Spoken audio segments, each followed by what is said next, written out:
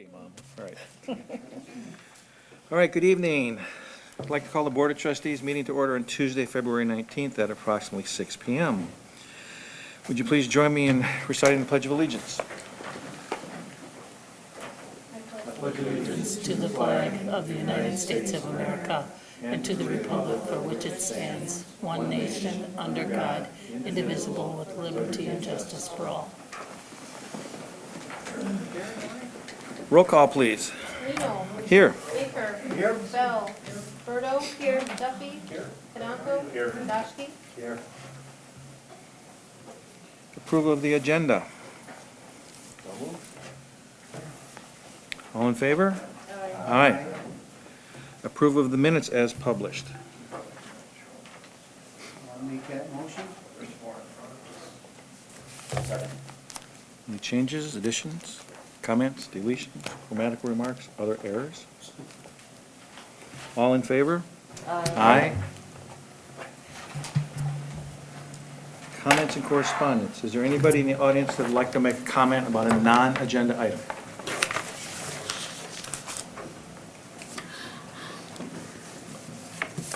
Correspondence.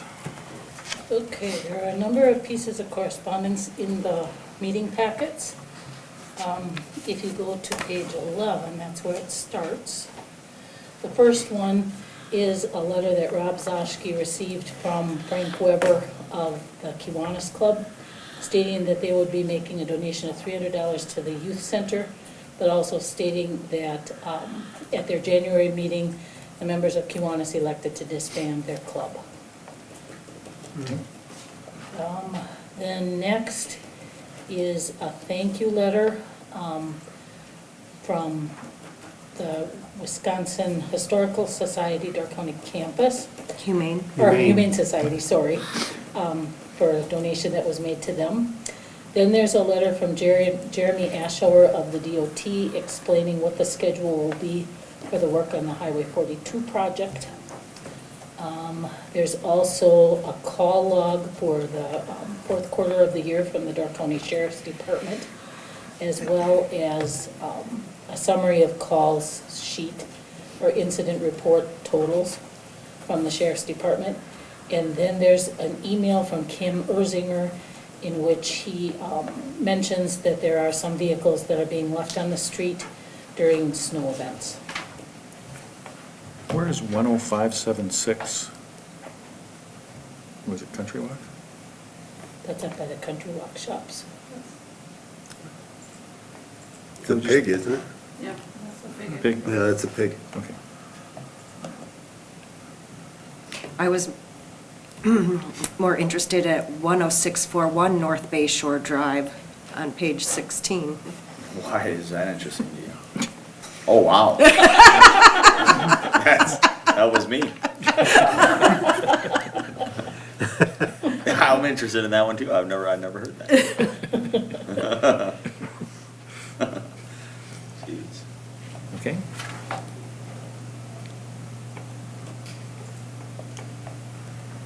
You just go past all the correspondence? Oh, I'm sorry, and there also is a letter from Bill Wegehopt concerning some problems that he had with his water pressure. And he had asked that that be referred to the board.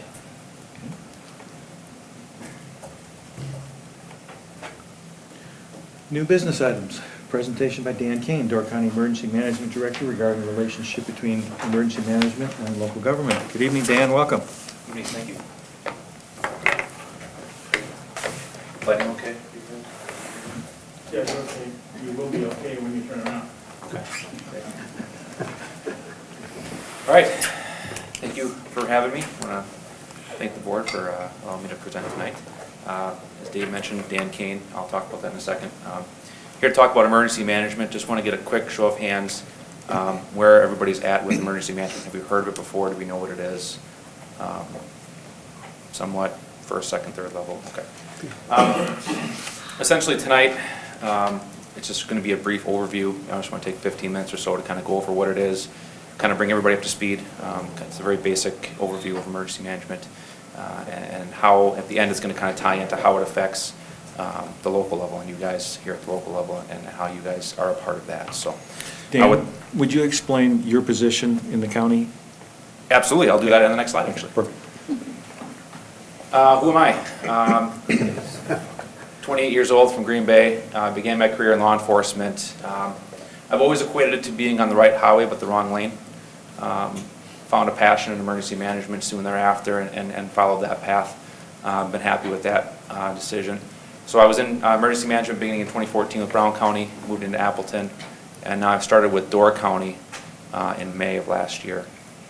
So that's twofold. You'll notice my title here is Emergency Management and Communications Director.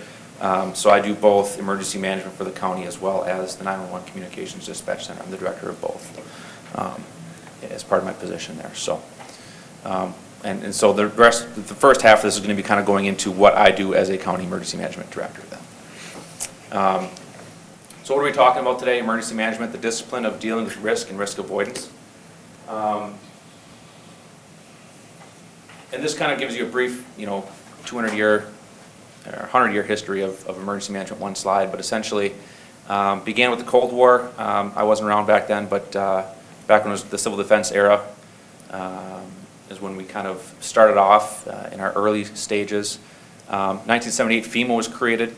2001 is when we really grew our legs in emergency management. 9/11 changed a lot of things for us as a nation in terms of emergency management. The 9/11 Commission report, if you read it, it'll talk about there were some things that coordination-wise that could have been done better, that could have helped significantly during that event. So in 2002, President Bush created the Department of Homeland Security and brought 22 different agencies, all of various backgrounds and types under one department called the Department of Homeland Security, and that was where FEMA currently sits today. So that's kind of where their home is. That's the federal level of my position. So that was done in 2002, and that's where we're currently sitting today. What was learned out of that was that preparation for emergencies needs to be all hazards. It can't just be for terrorism. It can't just be for the hurricanes on the coastals. All hazards approach needs to be taken. So the Homeland Security Presidential Directive 5 and 8 was created. And in that directive, NIMS, or the National Incident Management System, was adopted, and that's kind of the doctrine that we use in emergency management that kind of fuels and drives what we do in emergency management. So it's important again to know that they also learned that threats are not limited to just the big stuff, and that it needs to be scalable, and we'll talk about that in a little bit. So that's part of what NIMS aims to do, is to address more than just the once every 100-year flood, for example. So where are we at today? Grant funding is provided to all 50 states for emergency management federally, and all 72 counties in Wisconsin are required by state statute to have an emergency management department. This is partially funded through 2 grants, EPCRA and EMPG. Not important that you know what they stand for, but just in fact that there are 2 grants, and those grants help offset my position with the county. So that's part of what that is. We work out of 4 main areas, as you can see there. Preparedness, if you were to ask me, Dan, what is it that you do day to day?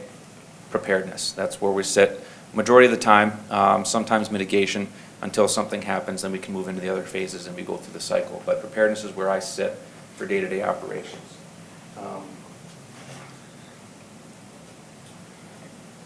So preparedness, not necessarily meaning you need to be a prepper. A lot of people confuse the two. Essentially, this consists of training, exercises, equipment purchasing, reviewing, updating, modifying plans, outreach programs, relationship building, mutual aid contracts, etc. And really what drives it is change in staff, policy, best practices, technology. All these things are always adapting, and we have to be able to keep up with that. And that's all part of preparedness, and all that goes into it. So that's a brief overview of kind of the day-to-day. You might ask, well, how do you know what to prepare for? This chart kind of is a simple way of explaining that. More likely, more impact. We start in the upper right-hand corner, and we deal with the most likely scenario that's going to have the biggest impact, and work our way down to the bottom left. And that's kind of how we identify through hazard vulnerability assessment and things what's most likely to do the most damage and the most. So it's kind of a very basic chart to describe that. This is meant to be small on purpose. This kind of goes over my plan of work and preparedness, as I mentioned earlier, as part of the grant that I have to do with the county. So this kind of details it, all the different things I'll be working on a day-to-day basis as part of that.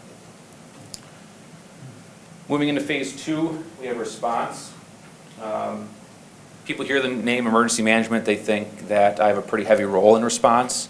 That is not necessarily the case. We'll talk about it a little bit later, that it is scalable, but it's unfortunate the term emergency management, they think that I manage emergencies. I come in and I just take over and I know what to do with every emergency. Not necessarily the case. This is really for the first responders. This is your police, fire, EMS agencies typically. This is putting out the fire, putting Band-Aids on people, and getting the scene relatively stable. This might be a notification to me that, hey, we got something going on, you might need to put it on your radar, so I can kind of start my process in the background, but it wouldn't necessarily be heavy at this point. This is going to be something that, again, first responders are dealing with at this point. I might start doing some minor work on my end, but again, nothing major at this point yet. Where we really start seeing the real bang for your buck in emergency management is recovery. And this begins as soon as the incident happens, recovery starts. So just when you think recovery, don't think everything's all shut down now and everybody's gone home. I mean, recovery starts the very minute the incident happens. But there's short-term and long-term recovery. Short-term meaning we want to get people back to a sense of a new normal as soon as possible. So that could be something like a multi-agency resource center, which brings multiple government agencies together under one roof so that they can get supplies, get things that they might have lost during an emergency, things like that. You know, mental health treatment, crisis counseling. Long-term recovery is going to be more of your infrastructure rebuilding and that kind of thing, and getting public assistance dollars back. That's more long-term recovery. But that's where emergency management is really trying to focus its efforts in how it can help bigger type emergencies or disasters. Mitigation kind of speaks for itself, but just to say that that is kind of the final step in the process. What we're aiming to do is simply to just recognize patterns, trends that we might see both here and nationwide, and be able to see if we can lessen the impact that a disaster might have. Floodplain management might be a good example, or tornado shelters, community education, things like that are all part of mitigation following a disaster. So how does the process work? It's important to distinguish the difference between emergencies and disasters. Emergencies are these things that happen every day. Again, your police, fire, law enforcement can typically handle them on their own. Car accident, house fire, cat in a tree, these are things that they do day to day. They know how to work it. It's fairly simple generally. And I say simple in all respect to what they do, because not as often that they do stuff that's simple, but in the context of what we're talking about here. Disasters, far less frequent but more complex. This is the opposite end of the spectrum now. This is your bigger stuff. This is your tornado, flood, terrorism, major hazardous spill, things like that. Whole communities are affected at this point. You're going to require coordination between multiple agencies, police, fire, non-governmental, GIS, finance are going to need to get involved. And so, but not everything's going to fall on those two ends of the spectrum, right? You're not going to only have emergencies, you're not only going to have disasters. There is some gray area built into this. So that's where this whole NIMS that I talked about earlier, that it's built on this scalable concept that emergency management can really fit it into place wherever in this scale, wherever it's needed. And again, it's important to distinguish that the on-scene commander for that incident can make the determination that, hey, I'm getting kind of overwhelmed here, I could really use some outside help. There's a lot going on, I've got a lot on my plate, I could really use some help coordinating some of this outside work or this extra work with other agencies and things. Emergency management can come in and help be that conduit for them. On the outside, and we do that through an emergency operations center, which we'll talk about here in a second. But it's for non-tactical operations. I'm not telling the fire chief how to go into a building and rescue people and that kind of thing. It's non-tactical, it's coordination, resource support, that kind of thing. So just to distinguish that.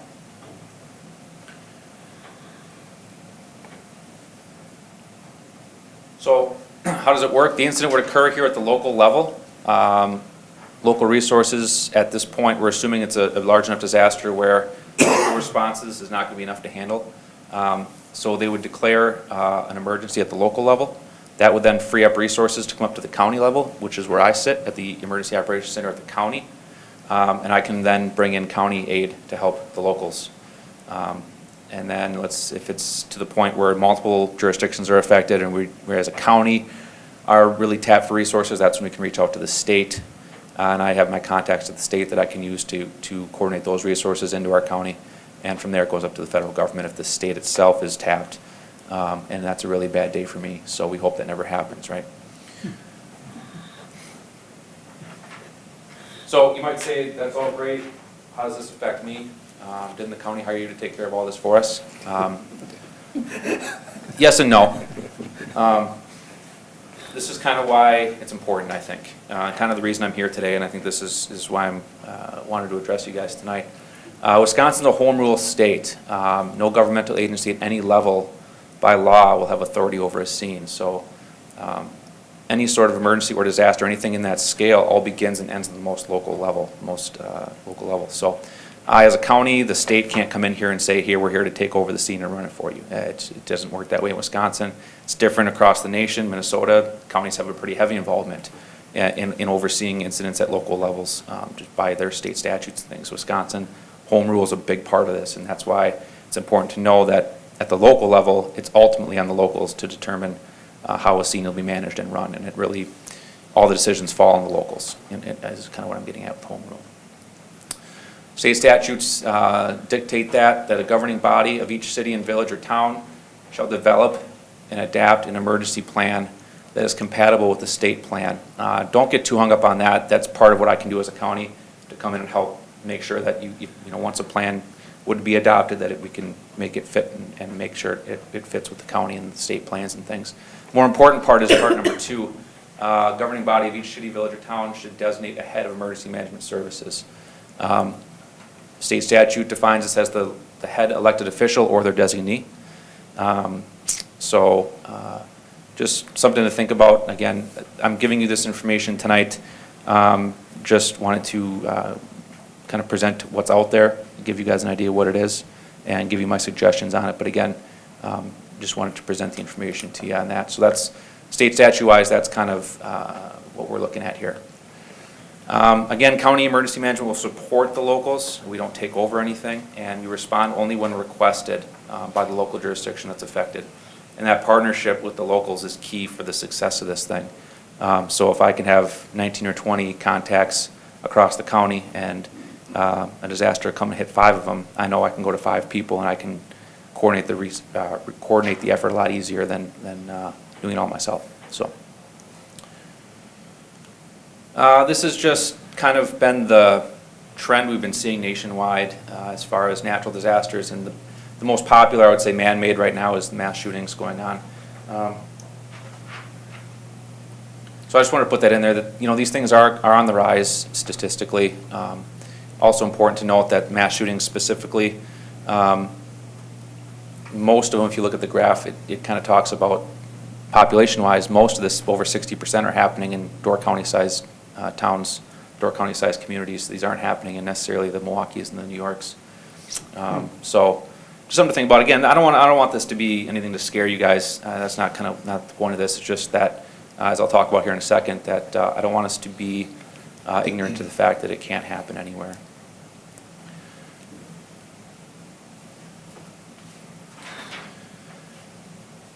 Ineffective response and recovery in today's world is becoming more unacceptable. We're finding out in after actions and things. We're learning that everybody's got their ability to have their voice heard in today's world, especially with social media. And they will have their voice heard at the national level if it's big enough. So it's important. It's just all the more important to know what your role is and how you fit into this and how you should be prepared should something ever come. I will just show a 1-minute video here. Kind of drives this point home, I think, pretty well. This happened in Hawaii a year or 2 ago. The video kind of speaks for itself. I want you to kind of pay attention to, it's an interview with the locals that were affected by this. Just pay attention to what they say. I could see this massive wall ahead of us, and it was squirting lava and rocks hundreds of feet in the air.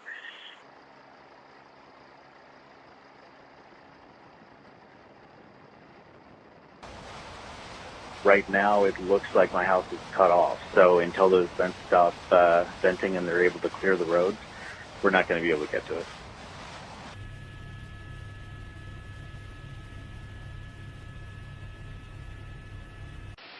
you know, that's the family home. My grandfather had taken his last breath. My son had taken his last breath there. That's the only house we all know, you know. I never thought this would happen to me. I thought this was just people on TV and in the newspaper, you know. At one moment you're encouraged, maybe the house will survive and we can go back, and then the next minute you're like, oh, you know, it's not going to make it. Yes, I knew I was building in an, on the East Rift Zone, but one thinks this happens over thousands of years. So it was a gamble with time. So this is folks that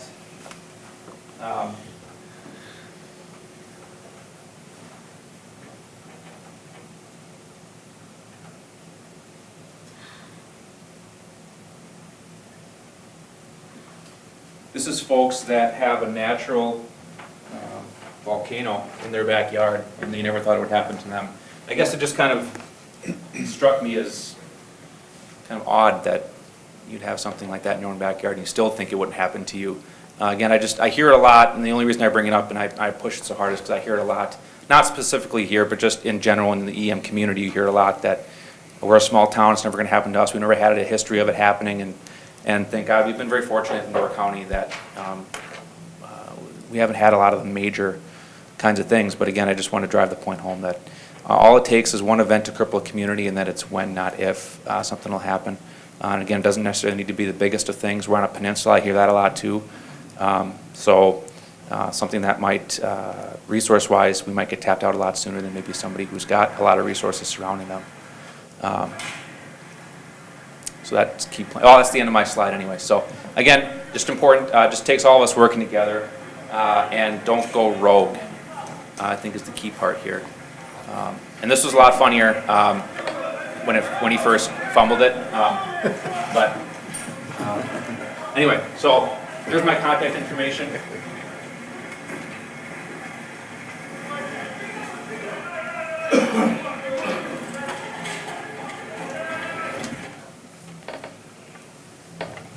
And I'll be happy to entertain any questions you guys have. Otherwise, that's all I have. So are you, Dan, you're a county employee then? Correct. Okay. So with Wisconsin being the home rule state, as you said, in an example of, let's say there would be some type of disaster-related chemical spill, water treatment, something like that, you would be contacted by us, and then you would be the bridge or the gap between somebody from the state coming in and saying, we're gonna take charge of this, or do I understand that correctly? Close, yeah. Neither the county nor the state has the legal authority to come in and take over any local scene. So if something were to happen here again, Right. the onus is on the locals from beginning to end. We're simply, by a county or a state agency coming in, we're simply here to support. What do you guys need? Are you guys need some special equipment? Do you guys need some help? Public assistance-wise, a big part of what emergency management does on the back end with recovery is public assistance. So getting grant dollars, getting FEMA dollars, or getting Wisconsin Disaster Fund dollars, which is what happened in Washington Island when they lost power. They declared a local emergency. We lost power. They contacted me. I was able to declare a county-wide emergency, which we were able to get the generators up to there. We were able to fudge some DOT regulations to get that done because of an emergency that was declared. And now they've applied for disaster assistance through the Wisconsin Disaster Fund, and they should be able to recoup some of those costs that were incurred as part of that. So it's just understanding the process, I guess, is what this is kind of getting at, is that your local emergency manager then, once they're kind of elected through ordinance, would then kind of have that understanding of the process and be able to work with me on, if something were to happen, how that would shake out. So, but yes, it would be, we as a county would come and assist, but only when requested by the locals. So it would be on the local emergency manager and maybe the incident commander, whoever's in charge of that scene at the time, to talk about it and say, yeah, hey, we're kind of tapped out here, we could really use some county help, and then we'll send it up the chain. And that's when I could get involved and kind of bring in the county assets and bring the cavalry with. You mentioned, Dan, the requirement for all municipalities, villages, towns, whatever, to have emergency management plan in place. Yeah. I know you've been working very hard and diligently at the county level to redo and put in place the county plan. Yes. Does any of that form a template, or do you help local municipalities fit into that plan? Yes, there is a template out for local municipalities, and that's something that I can work with the municipalities on and with their, whoever they designate. That's part of what part of my job is to help locals with that and make sure that everything is in there and that kind of thing. So yes, that is all part of it. Anybody else? Yes? Before you came on board with the county, this is going back 2 or 3 years, and there was not this county emergency operations that was done, I think, in 2012, but there was something else that was done that our previous administrator and President Lena went to a couple of meetings, and they were involved in with a bunch of the other communities in Door County. And there were very specific things that it said for each community, on things that they could address that they should be thinking about. The village could not find that document. At the time, I was on the fire commission, brought it up to our chief and those board members, thinking that that would be a really great place for us to start addressing some of these issues and then move it up, to the board or whoever else it needed to go to. No one can remember what that document is called, and where is it? It's a good question. Because there were so many things specified in there that I would say 3/4 of the work was already done, at least by defining, what each community's concerns might be and the degree of which they may or may not happen. That sounds like a hazard vulnerability assessment to me. Does that ring any bells? It does not. Okay. It does, yes. It does for you? Yes. Okay. Okay. Right. And That sounds like what that document would have been. And you're asking, it's gone missing, we're saying?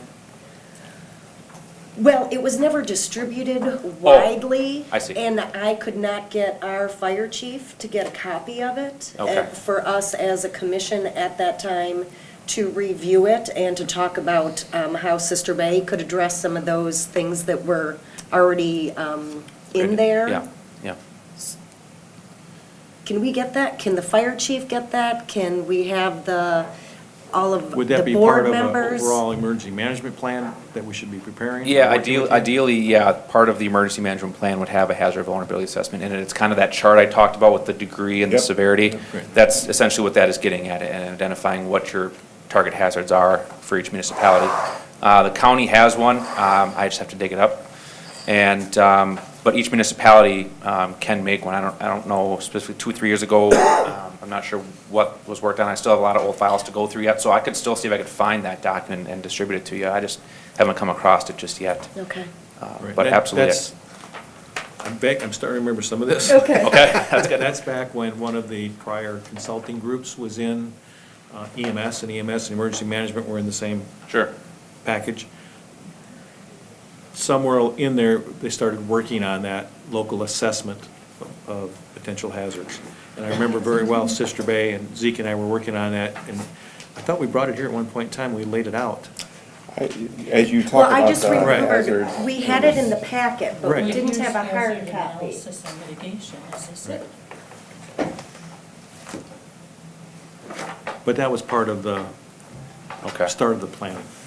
So that was part of what your local plan that you were working on? Okay. But, Well, if it is, it's in a different format. yeah, that's not the format. Yeah, I can make a note and I can take a peek through my files and see if I come across anything. I And can also it was ask a lot more pages than Aaron just Leclerc, that. who might have knowledge of it as well.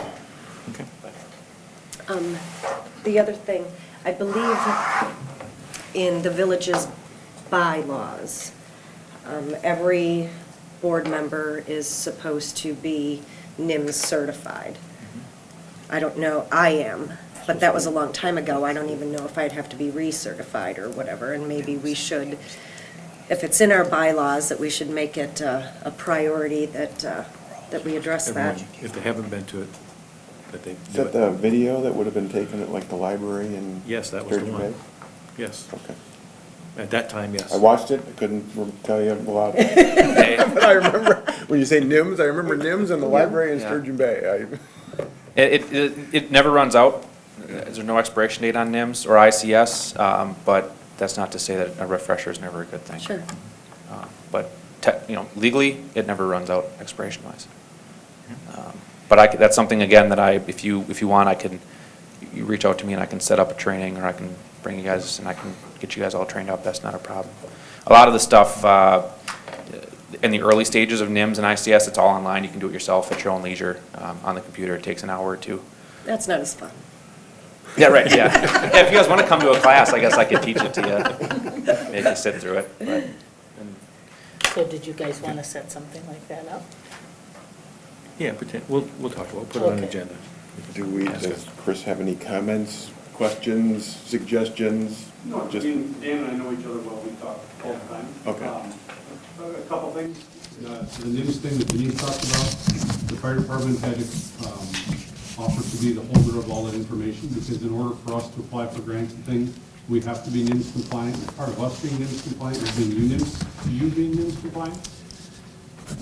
So we had offered to hold that. How you choose to do that is up to you. The document that Denise talked about, we tried multiple times to receive copies of that and have been unsuccessful. None of the fire departments received it. And I don't know if it ever got finished and that's why we didn't get it. If maybe it was presented here as a work in progress, I don't know. Dan and I have talked about that previously. But we know that it's out there, and Denise and I talked about it today, because she asked about Dan coming today. And, but beyond that, no, I think, what Dan has done is a very good thing. He's very good to work with. He has a passion for that, and that's very good. And it's good that he's here. I guess I would add one other thing. We have proof in the success of emergency management in our community, right? When we had the Ellison Bay explosion, we had state, local, federal, private, and public entities all working. We brought the emergency management director at the time, was on site for 9 days with us, and acted as that coordination point for us. Resource management was instrumental in the end in helping us file our disaster recovery money and so that we were made whole financially in the end. And all of that ran through that office. And the success of that incident, a lot of it rode on the back of the emergency management and what they were able to do to help the local. I like to chalk it up to, the easiest analogy I can make is insurance. You might not always need it, might not happen in your lifetime, but you're dang sure happy you have it when you need it, so. Any other questions for Dan? Seemed like a not likable guy until he brought up insurance. Yeah. Leave that one out. There's always something. Thank you. Thank you, Thank you guys. very much. Appreciate you coming up, Dan. Thanks, Dan. Thank you.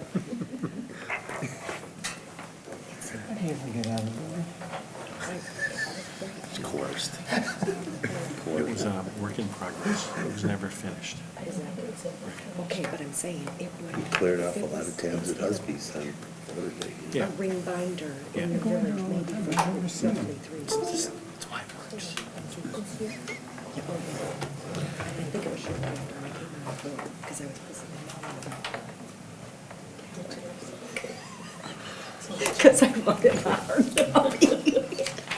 I'll check. Okay, discussion regarding the recommendation for the utilities, water sewer collection and storm sewer committee that the proposal for a geographical information system, GIS, from Rukit and Michael in the amount of $55,300 be accepted. Consider motion for action if appropriate. Rupert Milky? That's the one. Okay. There's, I didn't see it in here. It also has an annual $10,000 fee that I think the board should be aware of. That was in there. on Oh, it was some- in there? Yeah. Okay. Very end about yearly fees or something. Okay, all right. So does the fee that's listed here for this moment include the $10,000 for the first year? I believe it did. Yes. And then it's My recurring. understanding is yes. Yes. Because then Annuals. they do, or at least my understanding is all the updates that they do throughout the year to this program, that's what that $10,000 always covers. Instead of, piecemealing it here and there, whatever, it's just a flat rate, everybody gets it, and And We unlimited didn't love users. that aspect of it, needless to say, but their product was so far and above the other two presenters that it was really a no-brainer. Also with the user fee, you have more, Oh, yeah. more users available to go into that within that $10,000 than you had with the other two companies. Right. So the other two Unlimited. companies was basically continuing to pay per license, but as we expand on this, we'll be able to open that up to more people without adding more user license charges, so. This is all cloud hosted or elsewhere? Correct. Yes, I wasn't there for the Rupert Milky presentation, Yes, so I'm and not backed up and some totally sure. others stayed like twice over. Oh, it's a for full cloud. redundancy. It's yeah, all over. yeah, yeah. Well, and I think why Rupert Milky's was so different is because they developed this. It is their own software. Platform, yeah. Platform, yeah. Yeah, I believe Kiwanee County uses them. I use GIS all the time. Okay. So you want to make a motion? I'll make a motion to approve the recommendation. I'll second it. Any other discussion? All in favor? Aye. Opposed? Carried.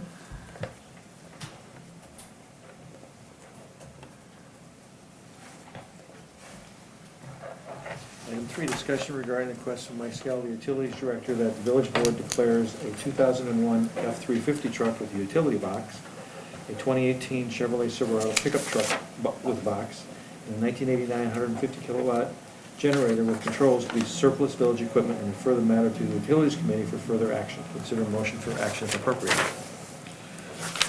Well, you may recall that you established the policy regarding disposition of village property, and one of the provisions is that when large items are not needed by any other village departments, that the board has to authorize the sale of those items. So that's why this is here. I just had a question. Is it right that it's a 2018 truck that we're talking about? It It's is the not a bed. 2018 truck, it is a Just the 2018 box. Just the bed. So the utility box went on, so the other, Got it, Yeah. got it. Okay. I didn't Yeah, didn't we're think not we getting get rid of brand it new that trucks. quickly. That's what I was wondering. Put a lot of Like your miles on it dock real box. quick.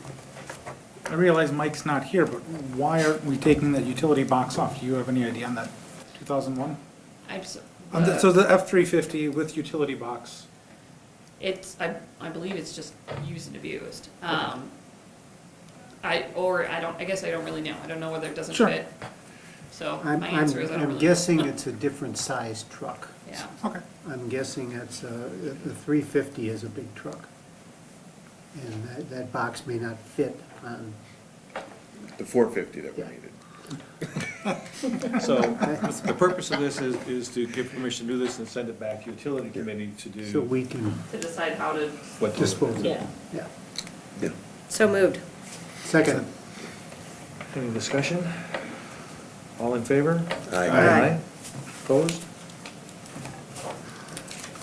Item 4, discussion regarding the recommendation from the Plan Commission that ordinance number 263, which authorizes amendment of 66.0320 sub A of the zoning code in such fashion that it states the light industrial food preparation, manufacturing, processing, and assembly, packaging, storage, and distribution are permitted uses in the B1 district, and amends the 66.2100 of the zoning code in such fashion that definitions are provided for the terms brewing, commercial kitchen, duplex, food, and light industrial food preparation, manufacturing, processing, and assembly, packaging, storage, and distribution. Consider a motion for action if appropriate.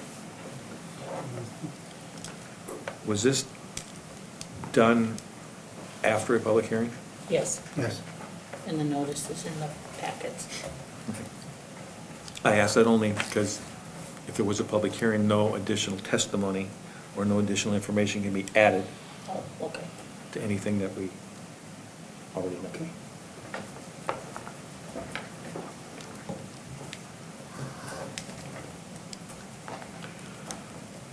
All the recommended changes are shown in red. I'll make a motion, we approve as presented. Second. Discussion? All in favor? Aye. Opposed? Item number 5, discussion regarding the recommendation of the village attorney with respect to the terms of the development agreement between the Village of Sister Bay, Christopher Smelts of the Door Hotel, Inc., for the construction of a 45-unit hotel on that property. Consider a motion for action if appropriate. Starting on page 53. On page 53, at the bottom of Janelle's report, it stated that Randy indicated that if the revised plans and the amendment to the offer to purchase were approved, it was quite likely that several provisions of the original development agreement, which were quite complicated, would have to be amended, and he believed it would be far less confusing if he simply drafted a new document. I am not comfortable, as Plan Commission Chair, of approving a brand-new document without actually looking at the old document. I can, get you that document. You want to put it on the Plan Commission agenda again? No, it doesn't have to go on Plan Commission, but if Randy rewrote a whole... So we're talking about a document that doesn't currently exist. There was the original development agreement. And then when the real things that only changed were the terms regarding the offer to purchase, those dates changed. And I can show you the email that he sent that was attached to. So it's not a whole new development agreement? No, it's the... Even though that's what it says here? Well, it's the original development agreement with changes. So I can pull up that email if you want to know what those changes were. Yes. Okay, 1 second. Or yeah, is there a track changes? Yeah. Yeah, because normally that's what I would like to have seen. He thought it would be easier doing it this way, but I can... Well, maybe easier for him. Okay, so let's see.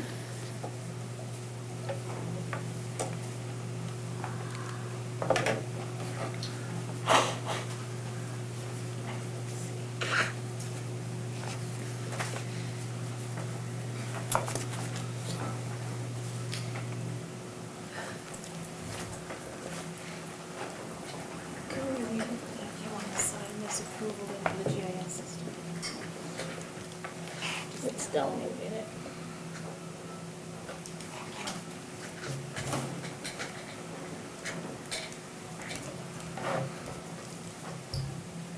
And maybe we should ask Randy that if he does anything like this in the future.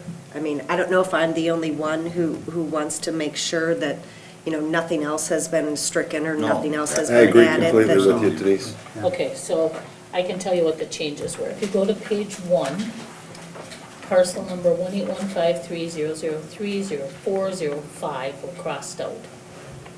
Okay, you're on page 54, you mean? Yes. Okay. Of the page 1 of the development agreement. Okay. Page 54 of your packets. Okay. Then, where it says, and an appurtenant is changed to get together with the full ownership interest. What line is that? On page 12. Okay, that's on page 55. No, page 50. You're on, I don't know, I don't have the packet. You up started here. off on page 54. Okay, you're still on page 54. Okay. On line 12 of that page. Okay. Okay, and then at the end, starting on page 16, or line 16, he added and amended by amendment to offer to purchase dated November 9th and today's date. Okay. Then you go to line 20. He took out and a portion of parcel numbers. Okay. We go to, okay, now you're on the next page. Then you go to line 10. The closing shall occur no later than March 30th was added. Right, okay. And if you go to line 20, the phrase, "will see that a satisfaction" is changed to "provide a warranty deed executed and recorded in recordable format." Okay. Then the schedule stays the same. Then you go to the next page, That's on line 10, where it starts further, if the hotel is not constructed, he added January 1st, 2020. Minimum assessed value payments will apply. Then the next page, where you're at sub E, which starts on line 18, May 29th was changed to August 21st, 2018. And then he crossed out, or took out, the Plan Commission did note that they are in the process of developing a village-wide parking plan, and therefore any and all parking issues which are identified will be evaluated in approximately 1 year, and added the sentence which follows. Sorry, just to go back up though, the idea of the hotel not constructed prior to January 1, 2020, that's like 9 months from now. Just- That's what he has in there. Okay, that's, I mean, I don't think it's gonna be up in 9 months from now. Okay. So that's something you'll probably want to change. Well, I don't know, I'm asking, I don't know if this is, Well, yeah, this we're is- requesting it, he's. This is the version from a year ago, so. Okay. We're making changes to this as we go forward. Okay, so that date changed and made it further in the future, more in the present? That hasn't changed, so it's just, Oh. that was the original Okay, thing we talked so about. we're a year into this, as though you would have had about 18, 20 months or whatever, and it's just now we're 9. Okay. So it could be that Randy missed that. Or just that that's What the it was, original, yeah. and, but everybody should understand, that's 9 You months. probably didn't Yeah, notice it, it's just, probably. he's gonna be Okay. assessed at what it I'm should be just- worth, because in Yep. theory, it was supposed to be done then. Right, okay. It's fair. Make sure it's right. Okay, then if you go to page 5 of the development agreement at the bottom, I don't know what page it is in your packet, because I'm not on there. 58. 58. Okay, line 39, the developer acknowledges that the total development will be ready for occupancy by June 1st, 2020. He added that. That, That's not what I see on 39. No, That's on oh, line it's on 31. 31. yeah. Okay, Oh, okay, 31. okay. okay. Then, Okay, so. So I'm confused. Why is Randy making these changes to this document and, because the offers to purchase changed, okay. that's why. I think this is the original, we originally talked about, and I don't think anything really has changed down here, to be honest, in terms of the dates. And the dates are all still okay with you? No, not really. Okay, so when we're done with That's this, that, then yeah. we'll talk to you? Thank you. Okay. Okay. Then, if you go to page 8 of the development agreement, he added. Page 61. Okay. In section 3, he added the wording where Bridenhagen Tree and Landscaping was taken out and a local landscaping firm was included. Section 3. It'll start like on line 2 on Okay, this that's, copy. okay, no, bottom of page 60. Yeah, Okay. yeah. Oh, right, because Plan Commission talked about not Yeah. having a specific landscaper named. Okay, then if Okay. you go to page 9 of the development agreement, section H, where it says tenants and common rights, Yep, at the very end of that paragraph, he added, those rights will continue to exist as to lots 3, 4, and 5 of the Sister Bay Marketplace development. So he added that.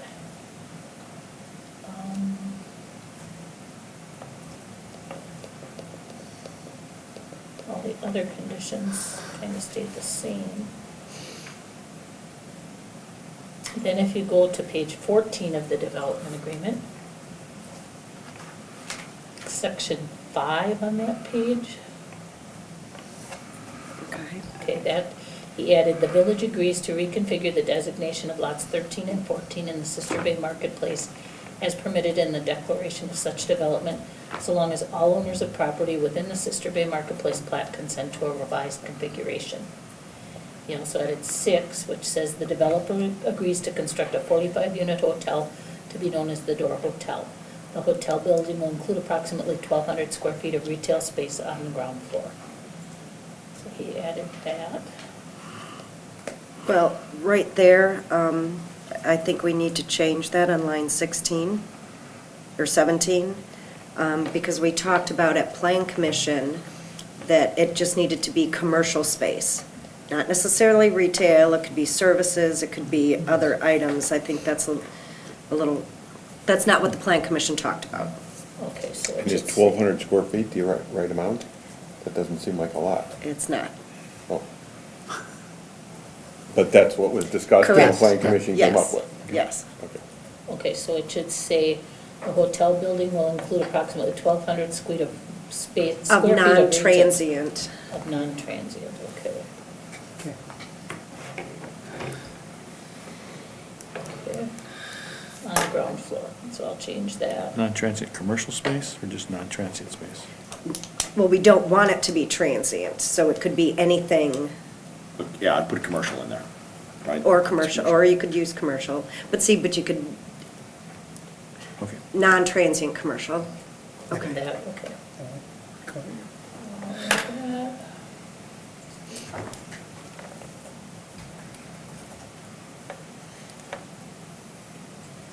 And that's it. The only other change that he did make, if you go to Exhibit A, which is on here, page 19 of the agreement, he added the lot numbers. So he showed the property description as lots 1, 2, 9, 12, 13, and 14, together with the associated fractional interest in any reconfigured common area in the plat of Sister Bay Marketplace, recorded in the office of the Door County Register of Deeds on November 21st, 2016, in Hangar 647. And before, we had all the parcel numbers there. So Okay. that's what he added, and that's it.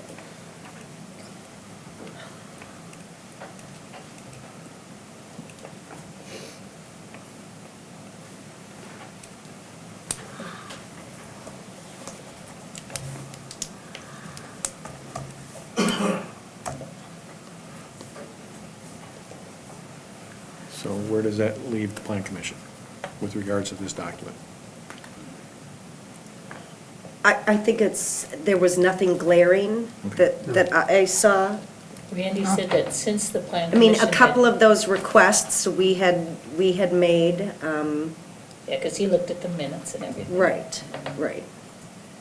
So I'm good with that, if Nate and Scott are good with it from being involved in those discussions. But I really would request that if Randy does this, that In the future, I can ask him to. it get has you- to be track Track changes. changes, yeah, would be better. Absolutely. Well, and I can understand keeping the date the same of 9 months from now, you start to get tax assessments, being it's a tax district and all that. I'm more concerned with the idea of occupancy by June 20th. I'd love to see that, I hope it happens. What happens if it doesn't, is my question. That's not that far off from now, Yeah.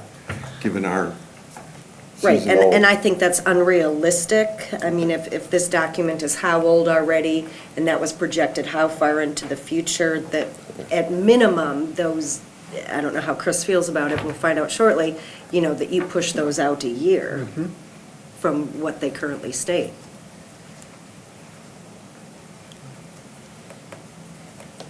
Chris? Yeah, no, I think that's fair. So you're talking about page 5 of the development agreement, line 31. Pretty much anything that says 2020, right? There was two areas? Well, the one said, On line, January, page 58, line 31, says June 1st, 2020, Right, that's occupancy. that's occupancy. So if we push that out to June 1st, 2021, Okay. is that, What's your plan to have it completed? Before we tell him what it's gonna be. Yeah, wait. Yeah, I guess we. Chad. Oh, Wait. sorry. Sorry. Okay, so 2021 for the occupancy. What was the other date that was in there? The The minimum Tax, assessed value. right. minimum, Tax. okay, and what was the date on that? January 1st, of 2020. 2020? 2020. So you're gonna do the same thing with that? I don't know. My question is, we're in a tax district. Are the delays on our part? Are they on his part? I mean, maybe we should delay it and maybe we shouldn't. I don't think we should delay it. I think a lot of And I'm just asking, I wasn't in the asking plan too. meeting, we should so at I least don't make know. him ask for it. Bare minimum. Let's not negotiate on his behalf, too. Last time you told me not to talk. Can I ask for a year extension? I mean, that would be, oh, That period, or that sentence begins on page 56, line 10. What are the implications, Tasha? Does that minimum assessed help us with the TIF? Absolutely, the minimum assessed helps us with the TIF. And that's minimum assessed constructed? Yeah, it would be based on the constructed value, so my question was, I don't know how much the Project hotel is development at estimated this at. point, I mean, that's part of the building permit process, so Okay. I can't really give you an Do estimate. we have a ballpark, Chris? What you're talking about when it's done, what value? I would think you've got tax projections in the model somewhere. Yes, absolutely. I would maybe hold off on that for right now. Okay. Well, whatever it is, I think that would be unfair. Okay. In 9 months to expect, a check. I think we're doing an awful lot for Chris, though, through this. Well, it all depends, again, in my mind, it depends on what's caused the delays. If it's something on the village's behalf, then yes, I would agree, extension should be given. I'm not saying they shouldn't if it's on, but if it's, hey, for whatever reason, I've decided I'm holding off, if we all went in good faith saying these are the dates, you've asked for extensions, we'll give extensions, but we had another builder that I think we did hold to the assessments when things weren't built. We don't need to name names, I don't think, but again, I don't know what the delays are, Wasn't it after you got the construction bids that you, Yes. is that the biggest thing that slowed you down? Yes. Cost of construction, which forces us to go back to the drawing board, make changes, and come back in and ask for extra rooms and shrink the size of the building and other items. So I think if we, in my opinion, if we want this to be successful, I think us imposing this in 9 months is slightly unfair. If we were, if this document was created well over a year ago, year and a half ago, whenever it was, or in 16, 2 years ago, to hold them to 9 months when nothing has begun yet, I think is just not realistic and just unfair. So if we were to extend the dates, as we're discussing, is there any assurity along with that we've finally reached the end of what this project is going to be? Or if we're saying it's not until 2021 that has to be finished, is it still open that 3 months from now, 6 months from now, 9 months from now, Chris can come back and say, you know what, I actually need X number of rooms, I need to eliminate that retail space, or I need to redesign this part or redesign that part, or, Once the development agreement's signed, it's kind of signed. That's what I mean. But the developer could come back Right. at any time There's and no make a case. warranties or guarantees on Right. anything. Right, could make a Right. pitch to the plan commission could hear it, make a recommendation to the board could go along with the recommendation of the plan commission or not, and you just don't know. Unfortunately, things happen.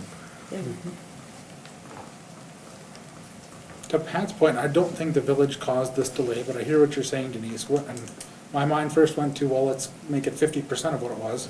But I think maybe a simpler way to do it is move that date to July 1st, 2020. That would effectively do the same thing. Is reducing that by half for the minimum assessed value, so we'll be doing it for 6 months of the year.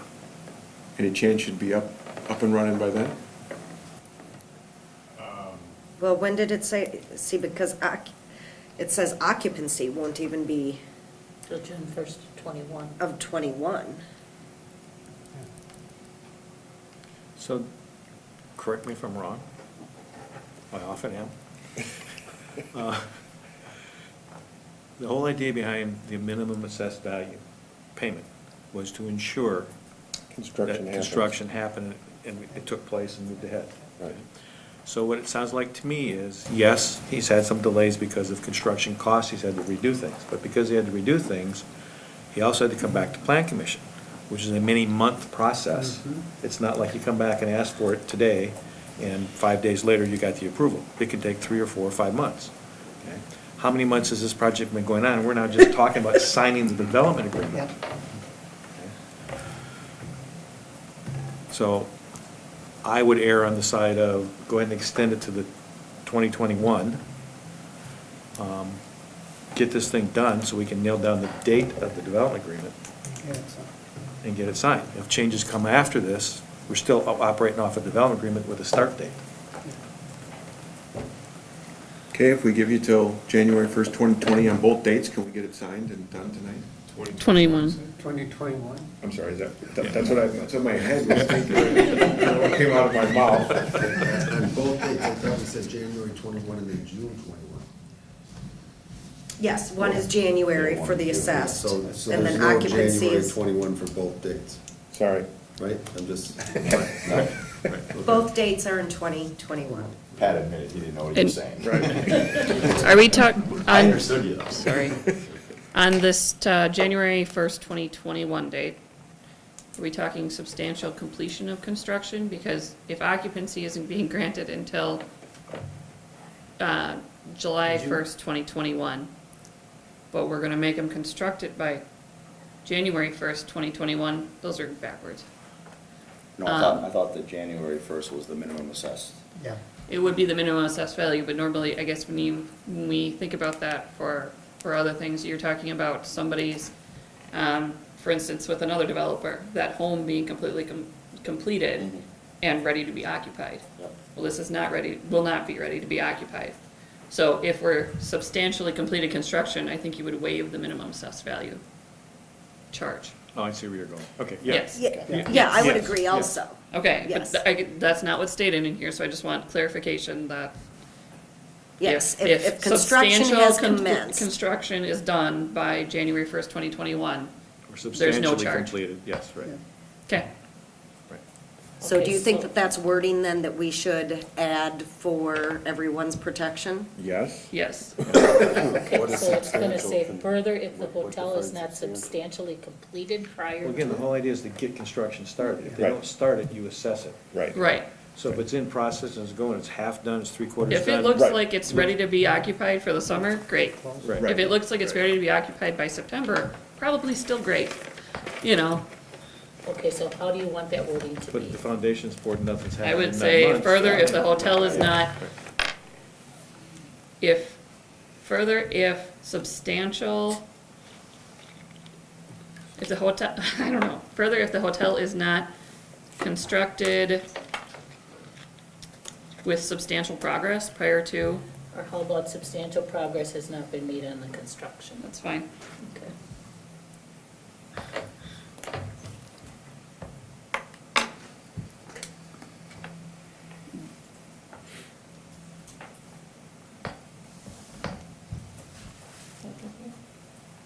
I think so.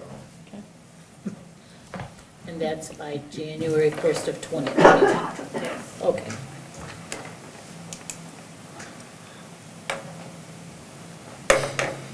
Are we there?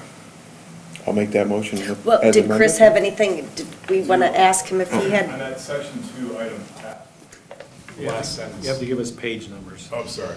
It is page 57, line 20, I believe. That would be section 2, line F, starts the drainage, grading, and utilities plans were reviewed. Correct, the last sentence discusses the southern border of the property, which Janelle and I have been talking about, and it was brought up at the Parks meeting on last Monday, about, you know, and Gary and David are here, we talked about this today, we've been under contract since March of last year, for the sliver of that property that I think the village had negotiated to purchase a while back and fell through. So we learned really today that it's not going to happen. I think part of our negotiation is not necessarily, this isn't anybody's necessarily business, but I'm just sharing kind of where we're at with this process and why this has been so difficult, because we planned the building based on us buying these 3,000 square feet between the southern border of Sisterby Marketplace and Sisterby Bowl, which is a 4-foot difference in grade from the parking lot down to where the front door of the hotel is. So without that, it's probably 11 feet. That then puts it's about 7 feet from the door to the property line, which the building is still okay, but the problem is this is where the bowl, at this point, packs snow. So we have a 4-foot grade change in grade, and then probably a 10-foot pile of snow, which I understand there's no place to put it. We met 5 times this last summer discussing how we can handle that differently. We hired, the Door Hotel, I should say, hired Robert E. Lee to do a study of where we can push the snow, how we could help with drainage on that. But right now, it's, after learning this today, that it's not going to happen. I think because of the challenges of the snow with the bowl, how that's sitting, it puts us in a tough spot of what do we do with this? And so I brought it up to Janelle knowing this might be an issue last week, or I guess a couple weeks ago, and it's not resolved. So and I think, David, and I was listening to the tapes of the Parks meeting, I think you were kind of getting maybe the seriousness of what that means. You have 14 feet of snow piled up that's only 7 feet from your front door. It really isn't a good, in terms of safety, is a really good idea. So we've spent a lot of time discussing this and trying to figure out coming to a best solution, and we haven't come to one yet. So I'm kind of asking the village, as it is village property at this point, how can we help resolve this issue to move forward? I wish I had an easy answer. I know. I mean, we kind of talked about this at Parks. There hasn't been anything there for many, many years, so it hasn't been an issue. And unfortunately, that property is at the bottom of a hill. Right. It's not just the bowl where the water, drainage and stuff is going to come from. As far as the snow issue, where it mounds right there, I mean, ultimately, just like my property, anybody else's property, today I had to pay money to have some front-end loaders come down and move snow from my property and deposit it someplace else because I couldn't get ingress and egress without it, okay? And the adjoining property owner may have to do that. If the snow is on their property and has to be removed as a hazard, then that may be what has to occur. But every year is different. Right. There are many, many years where it would never be a problem. In the past, the Master Freeze building has been there for how long? 30, 40, 50 years? And I'm sorry, it right up, in the what? Master Freeze building that Yes. used to be Okay. there? Yeah. It was there for years and years and years, and the snow was piled up in the same spot for years and years and years, and there was never any runoff issue, and there was never any problem with snow hitting the building. So I don't really see that there's any problem, except for a pile of snow there. And it may not be a problem. That may not be a problem. I mean, if it gets too high, there's a motel there, of course, I can't just push the snow over, it has to be hauled away, which we would do. But Chris is concerned that the snow could pile over or fall down. I don't see that happening. In theory, it's just as possible that we could have drifting, blowing snow, and who's to say whose snow it was, it lands on Chris's property, then one would think he'd have to haul it away, just like you guys have to haul it away if it's stacked up on yours, right? I mean, I think everyone's just gotta be willing to say, like most of us have been this year, if we get snow like this and it's backed up, then everyone has to do, take care of their own front yard or backyard and haul it out of there and then go on their way. I mean, I see the only issue is if you would push it onto Chris's property, because of my experience of fort building and playing in snow, I've never seen a huge pile of snow do anything but melt and get smaller. Once it's there, it kind of packs in and gets more solidified. I don't see it being a hazard, again, unless it's done in the act of plowing. Right? And they just kind of pile and melt. But you said you would, if it was a hazard or appeared to be a hazard or could no longer be placed there, you would move it or do what was necessary. Is that, I'm just trying to understand the hazard. Right. I don't I mean, understand the there's gonna be safety snow, issue. every year there's gonna be snow piles on everybody's property. Are you concerned think about I the? guess maybe I'm Chris, not, maybe I'm missing because the the, front door is going to be back there, because I think the building now, without having that, the buffer property, that extra piece, that it will be so close. This is what I'm taking from this conversation. Okay. And with the piles of snow that we have had this year, next year we may not get any, you know.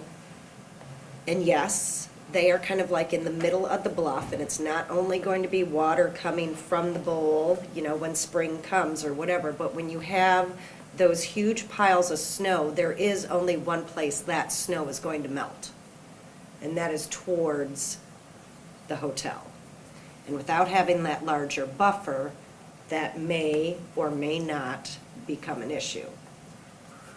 Well, That's how I'm hearing it. Let me ask this then, okay? Let's say it's springtime, or it's summer, or it's fall, and you get the same amount of rain that produced the same amount of snow that we're using as just a winter example. I mean, that's not, you know, the bowl's fault that it rained, and that rain is going to be going down the hill in the same manner that melting snow would, and it sounds like if there's as much of a chance for that to be an issue, running close to a front door, as melting snow would be, then isn't the problem that the front door is in Chris, a bad spot? is drainage the issue, or is the potential hazard of snow falling because it's piled? I'm just trying to be proactive on it, just to, you know, because I see that being the biggest issue. I mean, I think our ceiling here is what? 12 feet, 2 foot higher than that, you know, and this table's probably 6 feet, it's, the front door's here, and it's there. And it would be further back, but, I mean, just to give an example of what Denise was saying, you're at a front door, and I'm thinking of, you know, again, this is winter months, it's probably only gonna be, you know, 1 or 2 months after that would happen, but, you know, just something to be thoughtful about, of what's happening. To me, that seems pretty daunting, is to have that size of a pile that close to where you are. And I'm with you, snow melts down. Well, I mean, I'll tell you, Unfortunately- come springtime, the 2 months and 3 months after that pile of snow is invisible, there's still water running through Husby's basement. Yep. So it's gonna keep coming. The snow pile is, Right, right being at there. the bottom of the bluff is a bigger issue than a snow pile. Just Got it. a little bit of advice. I'm sure your basement's the same Oh, way, you yeah. know, it's a lot bigger and nicer than Put the ours. boots on. Yeah. There are provisions in the zoning code. I don't know that they necessarily deal with piles of snow, but they definitely deal with keeping water on your own property. And so if there was something that would happen, I guess it's in the zoning code, and a complaint would have to be made, and if there was an issue, and we'd have to address it at that point in time, I guess.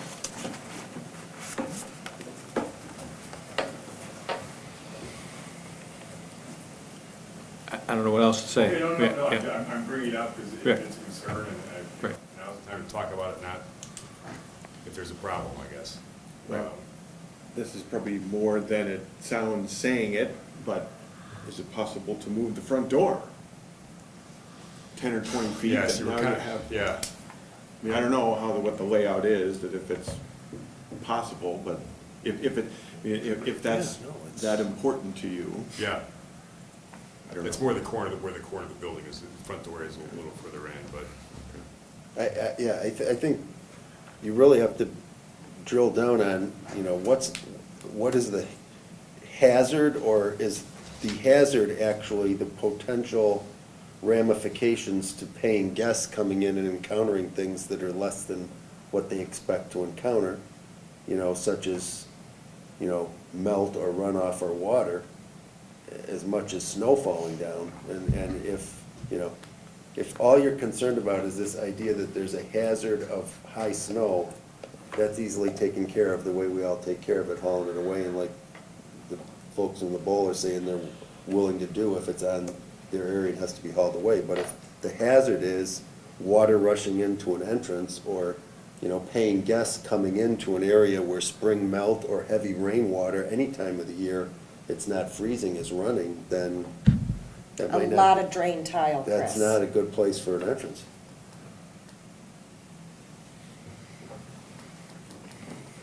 Any other issues? Yeah.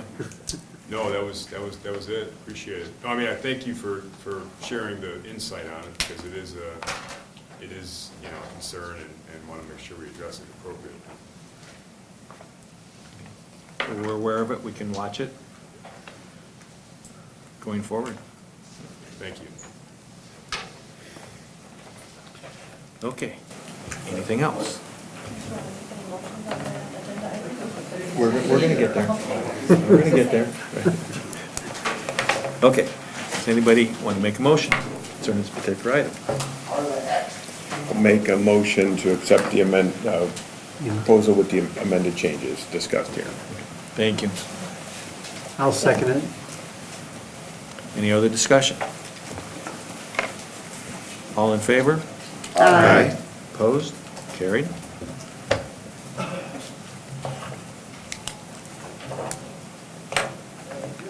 Item 6, discussion regarding designation of official signage for bank accounts which have been established for the Sister Bay Youth Center. Consider a motion for action if appropriate. So moved. Second. Discussion. All in favor? Aye. Opposed? Discussion regarding potential issues to be addressed at this year's Door-Kewaunee County Legislative Days session, and if applicable, formulation of formal recommendations to the Legislative Days Steering Committee. So Ryan Heisey has requested that you guys talk about potential things that could be addressed at Door-Kewaunee County Legislative Days, and that I complete the form that's included in the packets and get it back to him as soon as possible. Does the county participate? Mhm. Okay. Just to clarify, this is a DCECD function, okay? But they ask for local residents, they ask for local elected officials, they ask for DCCD, other businesses and organizations to get involved. So yes, there will be county people going. But I think last time it was 125, 130 people total. I think Yeah. 5 or 6 county officials went. But if you've never been, it's quite an experience.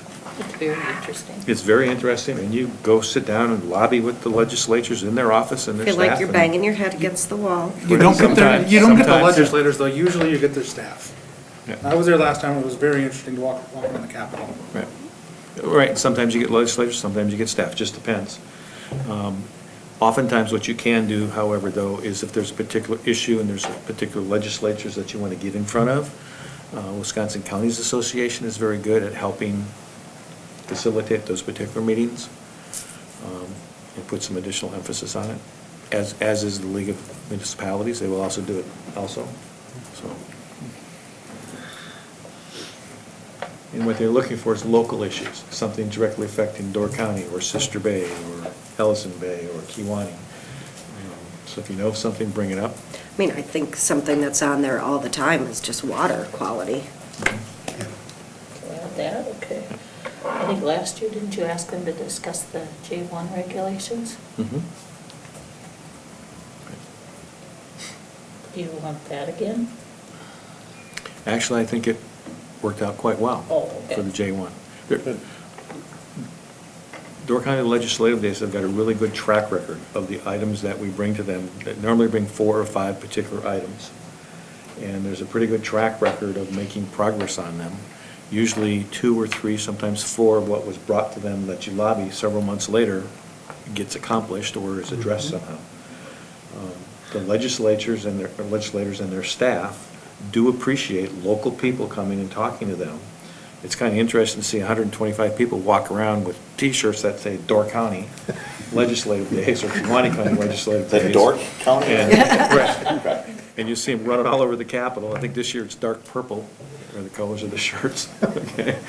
Because you're the only minions running around, the cap prevails and suit and ties and everything else, and you're in these yellow T-shirts or like purple T-shirts running around, and so you stand out and you do get attention as a result of it. And Door County and Kewaunee County were some of the early instigators in doing this particular program. Not every county does this by any means, okay? And the legislators have looked forward to often Dora and Kewaunee coming and talking to them. It is a kind of a novel thing, but it works, pretty efficiently and effectively. Denise, you should go. You can get out of the I county. have been. Have you?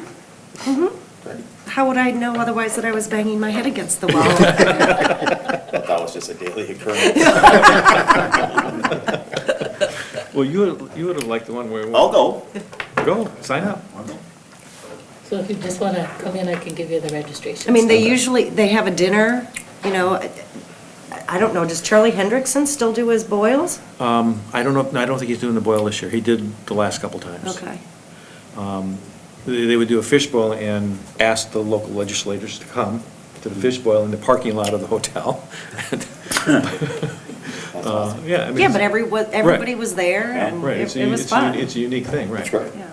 It's a lot of fun, and yeah, they have breakfast, lunches, dinners together. You talk about your meetings, you talk about where you're gonna go for the next meetings, and have discussions. It's enlightening, it's And actually, educational. they do accomplish something. And usually you accomplish something. The most memorable part for me for last time was when Zeke brought up the legalization of marijuana with everyone, and that was not on the script. And now look, here you got a governor who's gonna legalize medical marijuana, right? It's all Zeke's That's doing. right. He planted the seed. Literally.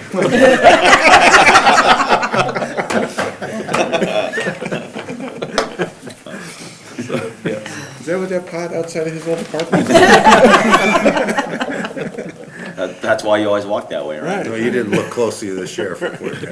Is there a deadline that they're asking for? Oh, I don't know. Did you want to finish with your J1 were you going to say something more about that? Well, what happened was, it became, as a result of that, many employers submitted additional paperwork through the agencies and through the State Department. The State Department sent out questionnaires asking about it, and as a result of kind of the attention that it got, they had a lot larger response than what they typically would have had, and the J1 program was left alone. It was the H2B. H2B. That was severely affected after that.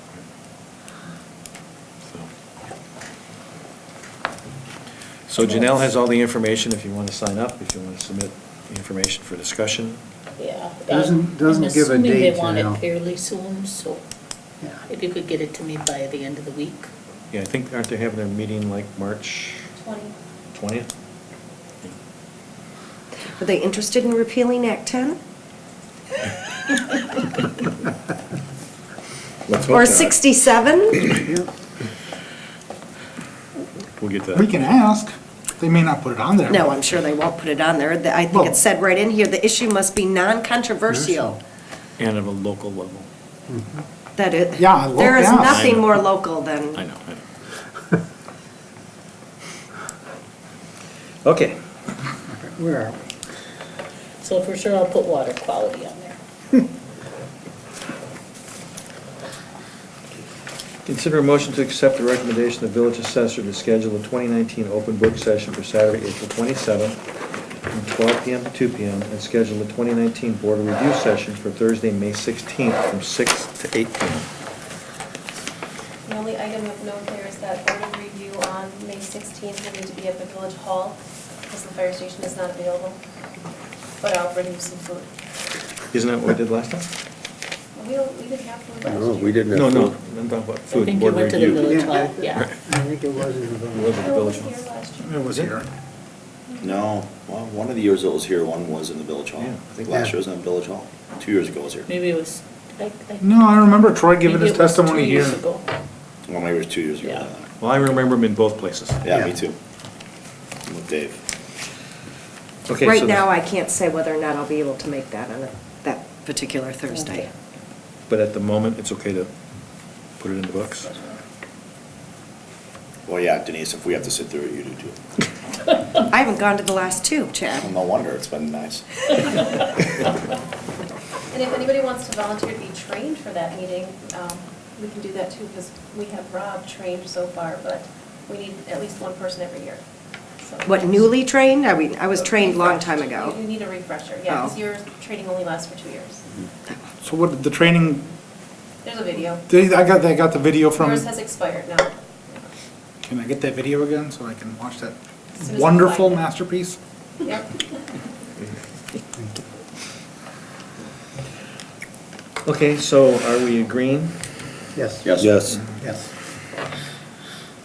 Okay, so we have to make a motion. I'll make that motion. Second. May 16th. Any other discussion?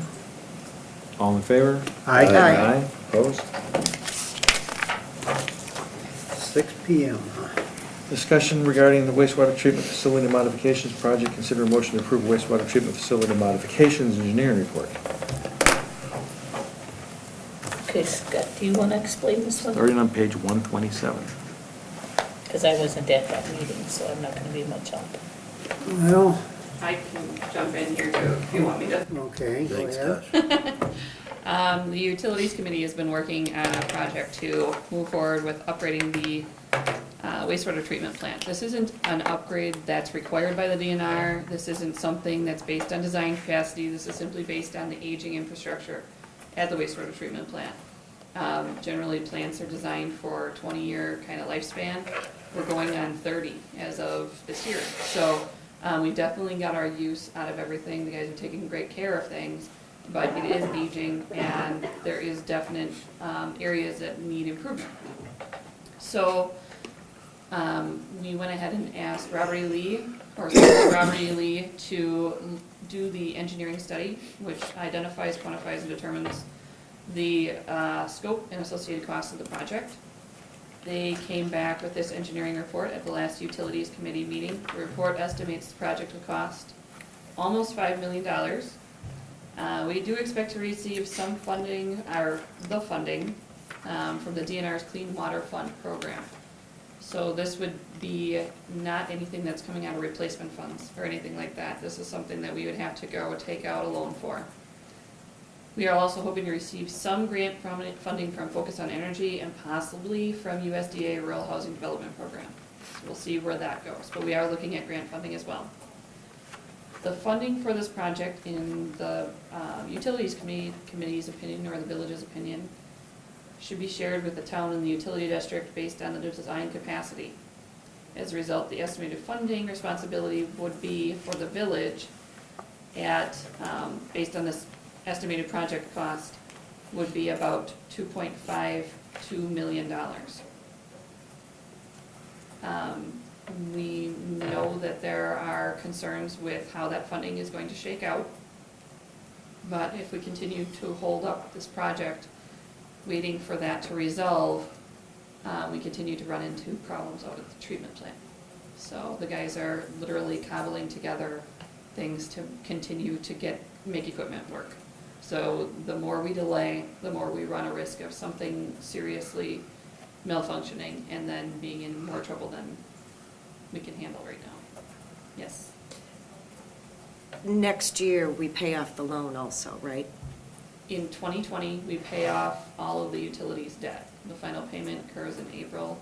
So we would go from being, to putting debt right back on the books.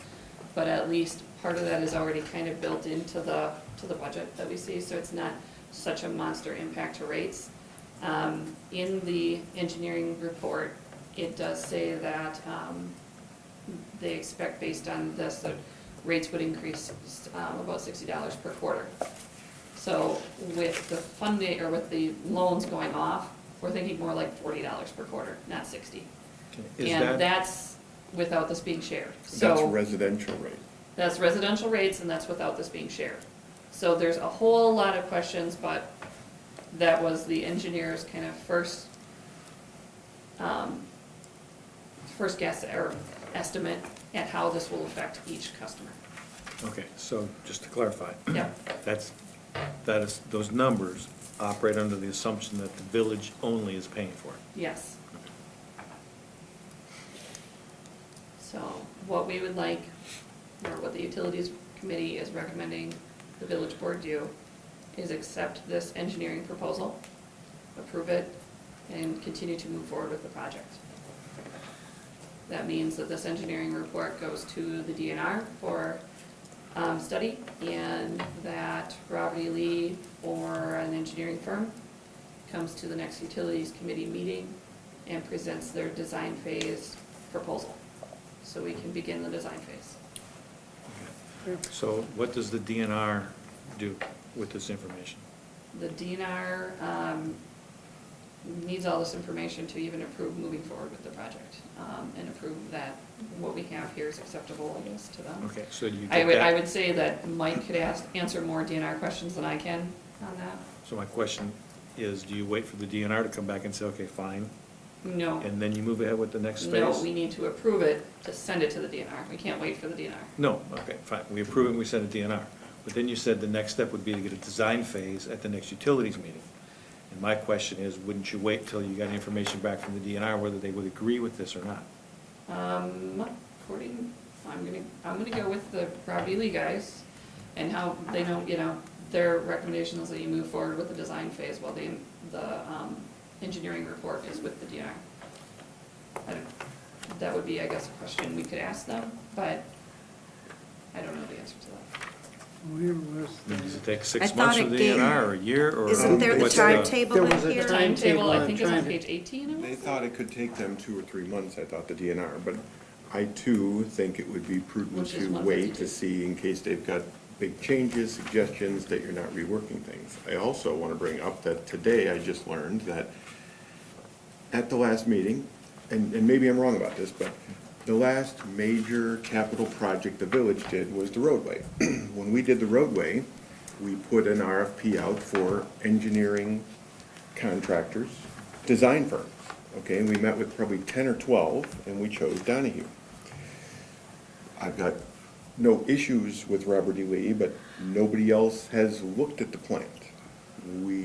They're talking about potentially $500,000 to $700,000 worth of engineering, design, and oversight charges. I thought it's requirement to go to bid for any large projects like that to make sure that we're getting the best So engineering. is there firm. any issue with doing the DNR thing? No. In that period of time, putting together an RFP? Not in my Send it mind, out- and that's send what it we out said to at the the board potential level, but problems. apparently somebody went to Scott and, But, I mean, I don't see a problem just getting the initial study. No, I agree. With this. Correct. But going forward, I would think you. right. My point is though, if we wait until the next meeting to restate what was stated at the last one, this month has gone by. I just learned just hours ago that somebody decided, no, we don't need to do that. I honestly thought we're required to Okay, so seek let me, out. so I'm trying to understand. Okay, So, didn't we just get Robert E. Lee to do this portion? correct. Okay, Yes, fine. Right, But going forward, if you're talking about a $5 million project, right. would you not now then do RFPs? So. You wouldn't just automatically award this? No, this is just, they would just do Right. the design phase? No, is my whole point. Nobody would just do the design phase. It's a $500,000 project. You would go to RFP. Did we just go to Donahue or Robert E. Lee for that was about $300,000 or $400,000 for just the engineering piece, not the contractors, the engineer. There was an RFP. We collected proposals. We heard proposals. We narrowed it down to 3 finalists. We had them in and had presentations and questions, and then we chose the design firm for the project. And that was my recollection with Zeke is, Zeke drove that. This is what we need to do. It's a large capital project, hundreds of thousands of dollars. This is what you need to do. What I'm hearing after our meeting, staff went to the chair and said, we don't want to do it, we don't have the time. I think that's inappropriate and not Okay, but allowed. wasn't that just to do this phase of it? No. Well, go ahead. We shared concerns, staff shared concerns, that if at the Utilities Committee, what was asked of us is to seek out engineering firms to even get any kind of design proposals going, which means that we have to go do these we have to do these reports all over again. We can't just hand over this report and go with some engineering firms. It's gonna slow this whole process down. Staff shared concerns about the timeline slowing down. The reasons that staff would like to stick to this timeline have a lot to do with the cost savings that, or the, I guess, the risk of costs increasing if we slow the process down. This is a pretty tight timetable.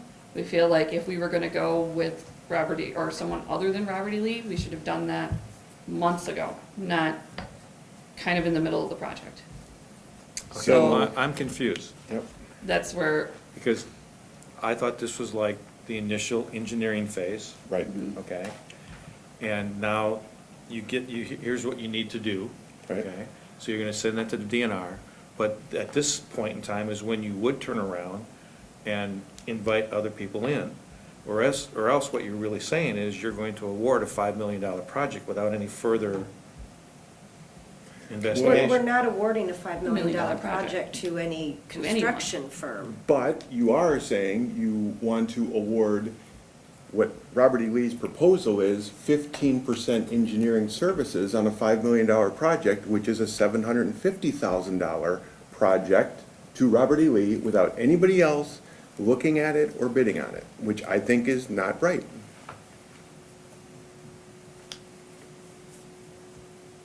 I mean, that's not how the road project went. I can't think of another, and I'm sure you've all heard me say, I like 3 bids. This is a $750,000 project. Why are we not getting bids? And here's a perfect example, okay? This GIS program that we just awarded this evening. Mike got 2 proposals originally, Robert E. Lee and Symbiont. Robert E. Lee's was $59,000, Symbiont was $41,000. I said, to me, I think there's an obligation to go with the 41 unless you can show there's a significant it's better to 60,000. I said, the way around it, and I think it was Mike actually said, well, let's get a 3rd proposal. He got a 3rd proposal. Guess what? That's the best proposal. It's more than Symbiont, but less than that. But we all said, this blew the other 2 out of the water. So Robert E. Lee may be the best thing ever. If you don't ask anybody else, you don't know. The first place I'd go is Robert Milkey. Do you do this kind of stuff? Well, let them get a bid. They were professional. Not that Robert E. Lee isn't, but I think the technology, the user friendliness of the program, the platform, blew away Robert E. Lee's. So why, excuse my French, why in the hell would we not ask them to give us a proposal on this? That's all I'm saying. It's a $750,000 project. Well, again, in my mind, I agree with Pat on this particular issue. If this was just a design phase of $25,000, $30,000 initial design, but that, to me, is what got done. Correct. When you start to move to this level, yeah, you should have other options. I agree, I don't think we know enough about it to just rely on one option.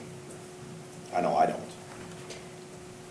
I don't care if there were 10 options in front of me and who they came from. I can't decipher it. I will not be able to go through, 2 side by side and determine which one is better because I know nothing except this much on how to Well, let me operate a sewer rephrase and water that. With plant. guidance from staff and people that know. Okay, what you're gonna get is gonna be not much different from the GIS. I was on the group that RFP'd the design firm for the highway. And I think it was about 12 that we got. There were 3 or 4, it was just like Robert Milkey. You read it, you could understand it, you go, we need to talk to these people. And the people that are too techie or whatever else, they say, I don't understand it. They need to be able to relate, they need to be able to make a presentation, and you go, they get it. And then you bring them in, and they give you a 20-minute little proposal, here's how we're gonna do it, here's the steps, here's the dates, whatever else, and you get comfortable with them. I mean, again, it's a $750,000 project. And you let our professional staff go through it and say, right, even though they say this is baloney, but these 4 things over here are correct. Right. Can I ask one question? I wasn't at this meeting. It was always pounded in my head from the time that I was very young, that you have a village engineer or you have a county engineer for a reason, because they're familiar with the facilities and all that stuff. and you rely on your village engineer, or what's the sense of having them?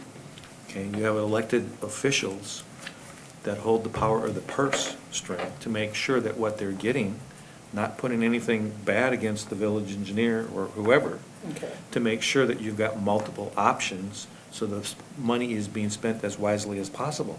Because any one firm doesn't have all the answers all the time. Was,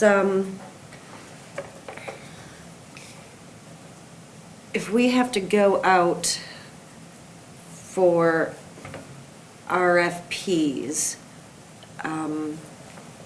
do they have to come and meet with Mike and understand our plant and take up Yes. time and take notes and, We're gonna get, so we paid Robert E. Lee for the initial. The road project, there was an initial, it was probably Robert E. Lee, you know, here's the initial. Then that, you know, put together RFPs, put it in the paper, whoever's interested. They're gonna, just like the GIS, they're gonna come and say, here's your spec, here's my binder, let me walk you through it and answer any questions you have. And if you get too many of them that you don't want to talk to them all, you choose which, you know, we're gonna, like the road, we got a lot. And you know, like I said, we said, okay, we want to talk to the top 3. Just like the GIS. You get a half an hour each, it's a 2-hour meeting, there's 10 minutes for questions, and at the end of 2 hours, you have discussion. Can we make a decision, or do we need further whatever? We made a decision, and you move on. But then you can say, hey, we interviewed multiple, we feel we got the best thing going. And honestly, the way Zeke made it sound is, you know, by Wisconsin statute, this is the way it needs to run because it's a public project over so much, $50,000 or something. oh, it has to go out to bid. Yeah, you're still bidding the public You're project. Yeah, that's still different. bidding the public Well, project. I think the engineering piece is a project. I think it needs to be, How is it classified when it's that dollar amount and it's an engineering project versus a capital? It's not, there's, I don't know that there's a difference in it. yeah, But the sheer volume of dollars we're talking about Mhm. makes Yeah. me uncomfortable to Yeah, just turn yeah. around and give $750,000 to a firm. there must be some They're precedent great, they've for done it. a wonderful job for us. Yeah. I don't Yeah, deny that. I agree, and I agree with you about the amount, that's why I'm asking if there's probably precedent, or I would assume there might be, that whether we're required to or not, which even if we're not, I still think it makes sense to. and I'm not in any way, shape, or form saying I'm not in favor of ultimately awarding it to Robert E. Lee. I would just like to be able to say, hey, we did a due diligence. We talked to a couple, here's what we feel fits best. Well, and the reality is, if you don't go through that process, you're gonna be dealing with rate increases that, you know, are gonna keep going on because you're not dealing with that process. What, Rob? If you don't go through the process like Pat's talking, okay, if you have a long-standing relationship with one provider, and they know that, you know, consistently, they're just going to get the work without anyone else being considered, then the chance of them building a larger rate increase or building a higher profit for themselves into what they're quoting you substantially increases. If they know that you're going to, you know, that they have to compete against other people to produce a bid for you, then they're going to. I disagree wholeheartedly because of the conversations that we had with them on the GIS when they came in so high. They said, sure, we can lower our bid, but we're also going to remove some of the things in the proposal that we're going to give you. It was as simple as that, so I don't see that happening here. I'm not saying that it doesn't happen. Sure. I guess,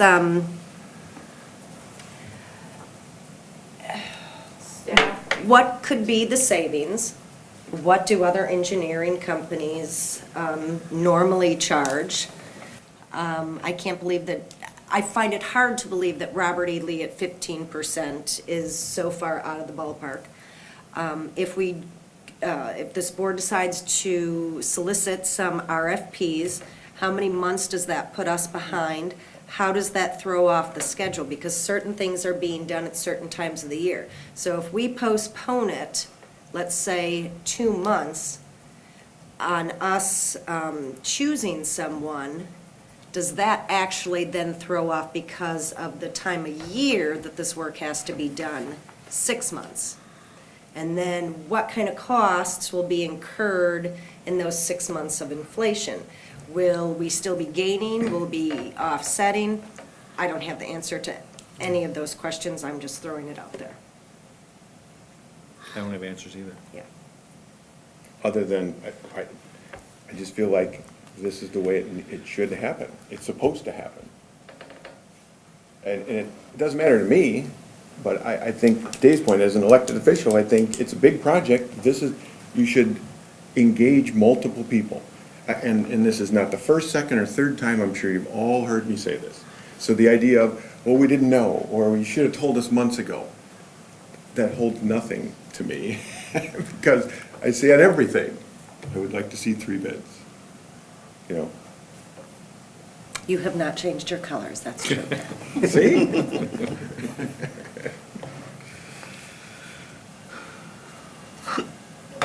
How long of a delay do you anticipate? I have no idea. no idea. Certainly a couple months. It's going to change your, costs rise in the spring. So now you will be bidding this project in spring. I mean, that's the way the schedule is built. Even if it's just a couple of months, it will change the bid costs. Because they were trying to coordinate it with bidding in December. in That's December really where before we're going, everybody trying to got get their December spring bid. work. Yeah. So you could literally put it off then Well, and a whole year. If you put it off a whole year, the longer you push this off, the more risk you run at the plant of something You pray that something seriously doesn't going wrong. break. I mean, the guys are really running out of options on some of the equipment, absolutely running out of options. So, and I know from Mike's perspective, I don't wanna, speak for him when he's not here, but I've also heard him say on this project a number of times, Robert E. Lee knows this plant inside and out, and that's why he wants to go with them. So, for whatever that's worth, I don't know that it's worth much in this discussion. well, and they, Sure it is. and It's they, worth something. yeah, So- sure. And they may be the ones that we go with. I'm not saying that. But to Rob's point, I'd like to make sure they're kept in line. The road project, and we could look this up, but my recollection was the engineering fees were about 8 or 10%. So their initial proposal is maybe about 15. Again, if you give them no means of checks and balances, that could be substantial on a $5 million project. 10% is $50,000. It is $50,000, but we also know that there was somewhat of a cost to that engineering savings, and we are seeing that cost now, as we have some issues with the as-bills. I would like to suggest something, that we table this for the moment, Okay, and we bring it back out after we've had our closed session. okay. There's a number of things that may work into your thinking. Okay? Okay, Dave? So, I could be totally wrong, but Do we need a motion to table that? yes, I think we do. I'll make that Yeah. motion. Second? All in favor? Aye. Opposed? Okay. So Table for the- basically, then the motion is to table until after the closed session at this meeting. Yeah, right. Discussion regarding confirmation of President Lino's recommended appointments. There are none this month. Report on county activities from county supervisor. This is the month that we kind of get out of cycle with when the county board is. Typically would have been today. Because we had legislative days in Madison this month, it's not till next week. But I'll report on legislative days, which is different than legislative exchange days.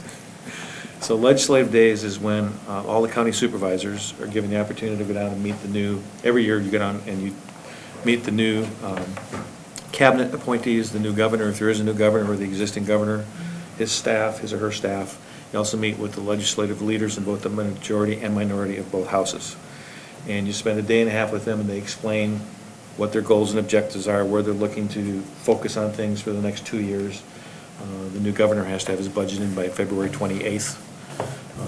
Then goes to joint finance and they work on it until the fall, and hopefully they approve it and everybody moves forward. So a couple of things that came out was transportation funding issues was a big priority of both the legislative side and the new governor, Governor Evers.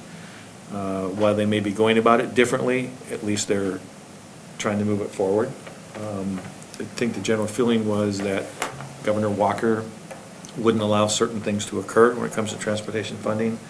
That has now been removed, and the Republicans have come up with a number of options. The Democrats are coming up with a couple of options, and Governor Evers has come up with a couple of options that in the past couldn't be discussed.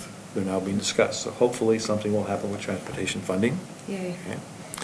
I think certainly things are going to happen on the educational side of funding. Given the governor's background, I think you'll see that come to fruition. I also think there's a number of cost sharing and grant opportunities that were taken away under the previous administration that will now come back, and that has to do with clean water, has to do with marketing, it has to do with the DNR. I think you'll see a change in the DNR outlook on things,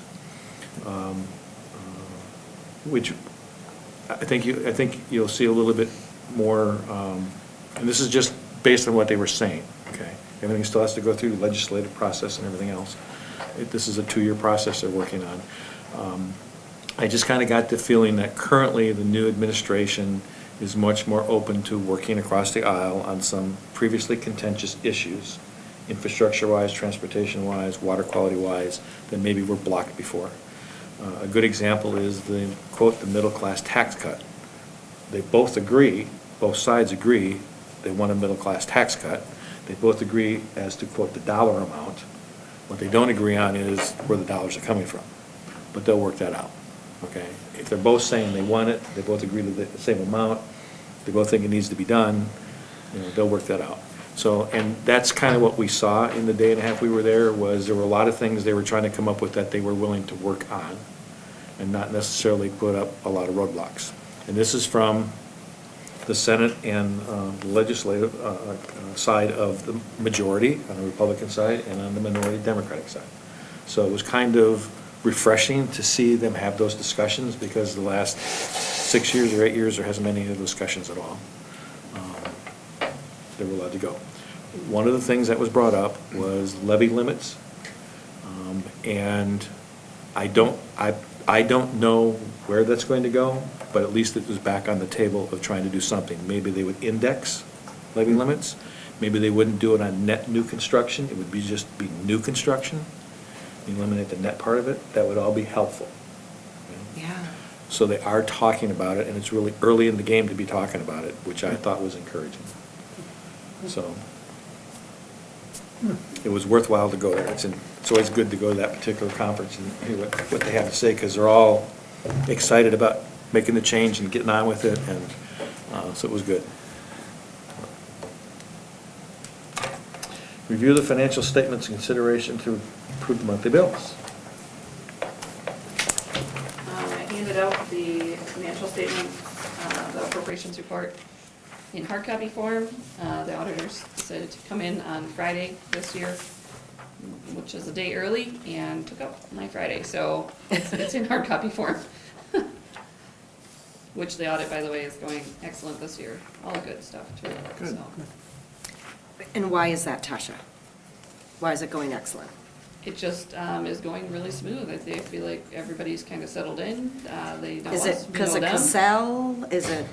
I think it's honestly it's staff and the auditors working well together. Okay. I feel like we have a really good team in place, and that's all good things. Okay. Does anybody have any questions on the bills? No.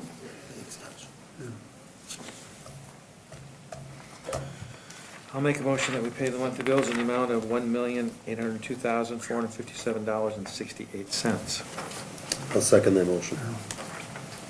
Any other discussion? All in favor? Aye. Aye. Opposed?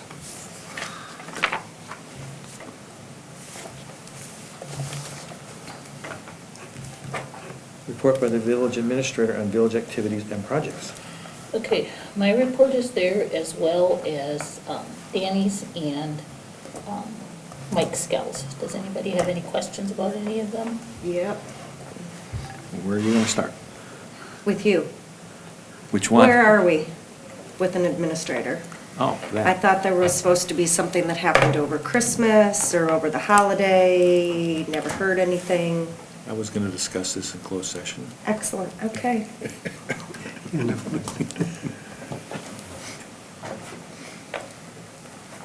What else on the report?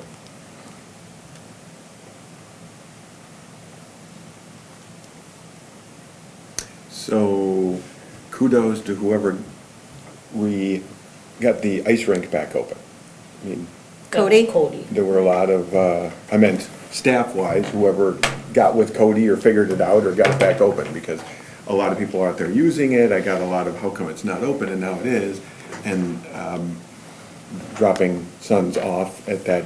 So when that first happened, event, yeah. we pulled it together, got with Janelle, got with Cody, got with, a couple of people came down, saw me at the station. We said, what do we have to do to get it going? Danny was on vacation at the time, okay? And fortunately, he came back. And unlike social media saying, you know, the whole thing is down, you know, it's never coming back, it's out of commission for however, that was never the case. We Yeah. found out on a Thursday, Janelle, Yep. that Joe was resigned. By Monday afternoon, we had a plan in place to get it flooded and get it going. We missed one night of broom ball, and it was up and operating for the week after that. Yep, no, Okay. that's great. And it was all due to Janelle, it was Right. due to Cody, it was due to Danny and the parks people pulling together, and they got volunteer effort going from some of the broom ball people and other folks involved. A lot of people stepped up to do something about it and get it going. The biggest single thing that happened was the weather cooperated also. Yeah. Well, and I would just like to say that publicly that the parks guys went way above and beyond. I mean, they were like, Danny came back and it was like, let's do what we gotta do to get this done, we'll help, you know, so. Yeah, that's great. Also a shout out and a thank you goes out to, well, Cody had a fundraiser this weekend, broom ball tournament. Shout out goes to all of the local businesses and area people that came out, local businesses that donated. They had a fantastic day. I don't think there's ever been that kind of a day at the ice rink where sales and donations were at that level, so. Great. Yep, absolutely great. Yep. They had to park where the no parking signs were because there was no other place to park. But that was a good thing. Good thing Denise didn't have her ticket book with her. Thank you for remembering, Chad. I'll never forget. Did you get a ticket? No, no. Oh, no! I just remind people how asinine it is. We're in a tourist town and we're giving tickets away. Just don't want to lose sight of that. Welcome to Sister Bay. You can have your very own. Yeah. If there's no other questions on activities or projects, we move to committee reports. Admin has not met. Admin and Comp has not met. Common Tech has not met. Coastal Byways. Coastal byways, the main issue that came up is what I referred to Parks with Annie Miller coming to do her presentation. And she did. Mhm. DCECD. I missed the last one because of the weather. There was a presentation about the housing that came out. I think Janelle actually was at that. Yeah. And they're talking about legislative days. There was a lot of good things that came out of that housing symposium. Now they're gonna be creating a subcommittee of people that are gonna be talking about this further and trying to take action, so. If anybody's That's good interested in because serving on it. for 100 years, it feels like we've been talking about it. Well, I think if you look at what Sister Bay's done and you guys have allowed over the years, the amount of apartments, and I know they're calling for a lot of that. I mean, I don't know if anybody's ever given any credit, but there's been a lot of proactivity in this village about it. Well, A lot, and which it is was, good. it was kind of nice to to say, you know, the village did this, this, and this, and this, and Yeah. show all these pictures. Yeah. You know, Sturgeon Bay had their products, but they're so much bigger than us, and they Yeah. really didn't have more than Yeah. us, you know, so. The last meeting I went to, I turned and looked at Thad, the mayor, and I said, if Sturgeon Bay did percentage-wise as much as Sister Bay did, there would be no problem. Good job. Way to go, Nate. They can He build. doesn't say much, but when he does, it's. Yes, sir. Okay, economic development. Oh, before we get off that, the annual luncheon is when? They just set the date. I've got it on papers at home. I think it was the first week of May.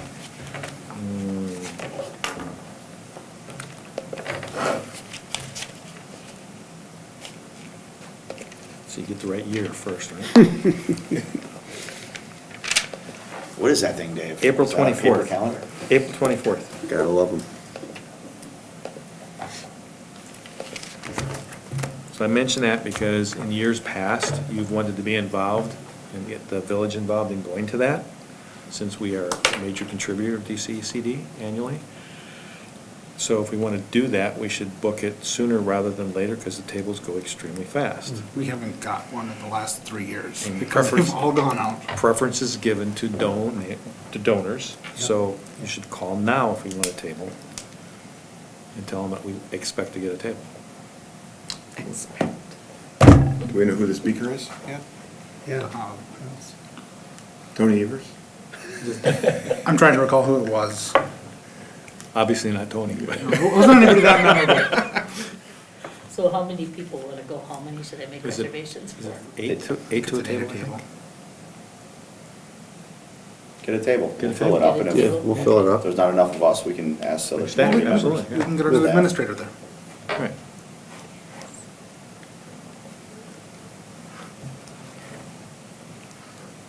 Economic development. I met. Finance. I don't think we've had a meeting. No? And since budget. Fire. Has not met, So fire exploratory has not. has not met. Historical Society. Historical, they were snowed out on their normal day, and I was not able to attend on their rescheduled day, so. And no minutes are out, so. Quality lighting. I can't tell you anything. Fred did submit a sign permit application for the fundraiser for the new barn, the Okay. new history center. Yeah. And that was approved by Denise and the plan commission as well. Library. Library, operationally, checkouts of books and movies continues to meet or exceed Bailey's Harbor, Egg Harbor, Ephraim, and Fish Creek combined. In-person people counts continue to meet or exceed last year's numbers. The interesting thing there is Liberty Grove residents use the library 40% more than Sister Bay residents. Public computer use, if you look at Northern Door, the library as a whole, 85% of the public computer use happens in Sister Bay Library, 15% in Bailey's, Fish Creek, and Ephraim combined. So, volume-wise, we're certainly the leader there. There is one issue that the auditors have been pressing Ralph about, which he'll be dealing with, which is their largest monetary category is a donations account, the money market donations account that has $74,000 in it, which is essentially book sale money year after year after year. Other than the book sale money that goes into this fund, all the donations are targeted, that people say, I'm giving you money for this, that, the other thing, okay? So what the auditors have said is that particularly when Ralph is identifying that he sees very close a new roof being necessary on the building, that money should be taken out of there and put into reserves, certainly equivalent to amount in the actual reserve account for what you're estimating to be a major impending repair. What I encouraged everyone to consider, which the rest of the committee supported, was that before we just said, well, we think there's gonna need to be a new roof in a year or two to get a legitimate roof inspection done that would include a report detailing, what kind of life expectancy they think is left to the roof. So, That's all on the drawing board, moving forward to the next month. It's the deal with library. Okay. Marina Fest. Marina Fest has not met? Marina had a meeting, I think there's minutes here, Amy's here, if there's any questions. I know she said just before the meeting that reservations are streaming in faster than last year, and they were much better last year than the year before, so things continue to do well there. Do we want to tell Pat and Amy what happened at Parks? That we're glad to accept their $150,000? Yes. Cool. I did clarify I wasn't a give. Please notate, please I wasn't notate, a he said sellout. cool. As long as the bathrooms get built, I'm happy. Well, Dave and I are going to meet with Henry Isaacson Okay. and Kind of explain what we're looking for and Right, see if we what can we get some wanna ideas do. of what he would do on the backside and blow out and so we restrooms, et cetera. actually have Something to try and work off of. So the idea of blowout, you mean more than the bathrooms? I don't know. Oh, okay. well, there has been discussion by Yeah. various people of the glass Right. wall. Okay. So I'm sure we'll. Marina pitch- can't foot the bill on all that? Correct, correct. We'll do the I'm windows. sure we'll do the ask windows. for the sky, and Yeah. scale back from there. Right. And I think, maybe my proposal didn't, it's 150 total, there was gonna be some village, some marina, hopefully some DNR grant. Yeah. And that's really where the stems from is. And we were let down about the DNR grant already, so, You were? yeah, so we're expecting more from Marina. Oh. To make up the difference. See what we can do. So what we wanted to do was get something, so we can get back together and start working on it. Okay. Sounds good. Henry is in Florida, but his son is gonna be contacting us sometime soon. Or do you wanna go with somebody else? Would I have to deal with the son? Mhm. I think we need to talk with 3 family members. What, he's in Florida all winter long? Yeah.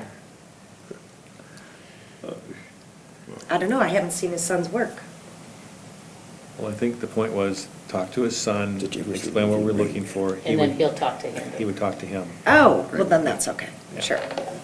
Henry will do the work, but his Okay. son will be the Okay, that's good, go-between. Right. okay. Parks. That's kind of what we talked about. And personnel. No meeting, but sounds like we need to have Sounds like we're one. gonna have one. Right.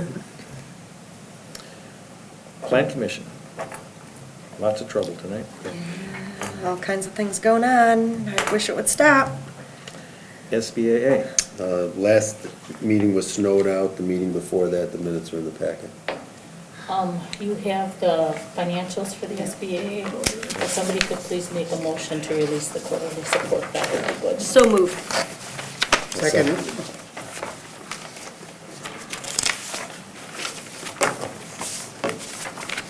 Scott, official, you seconded that, I did? right? Yeah, okay. Okay, so Rob and Scott? No, Denise Oh, motioned, Denise. Scott seconded, and Okay, then thank Dave you. is gonna call for all in favor. Any discussion, questions? All in favor? Aye. Opposed? Tourism zone.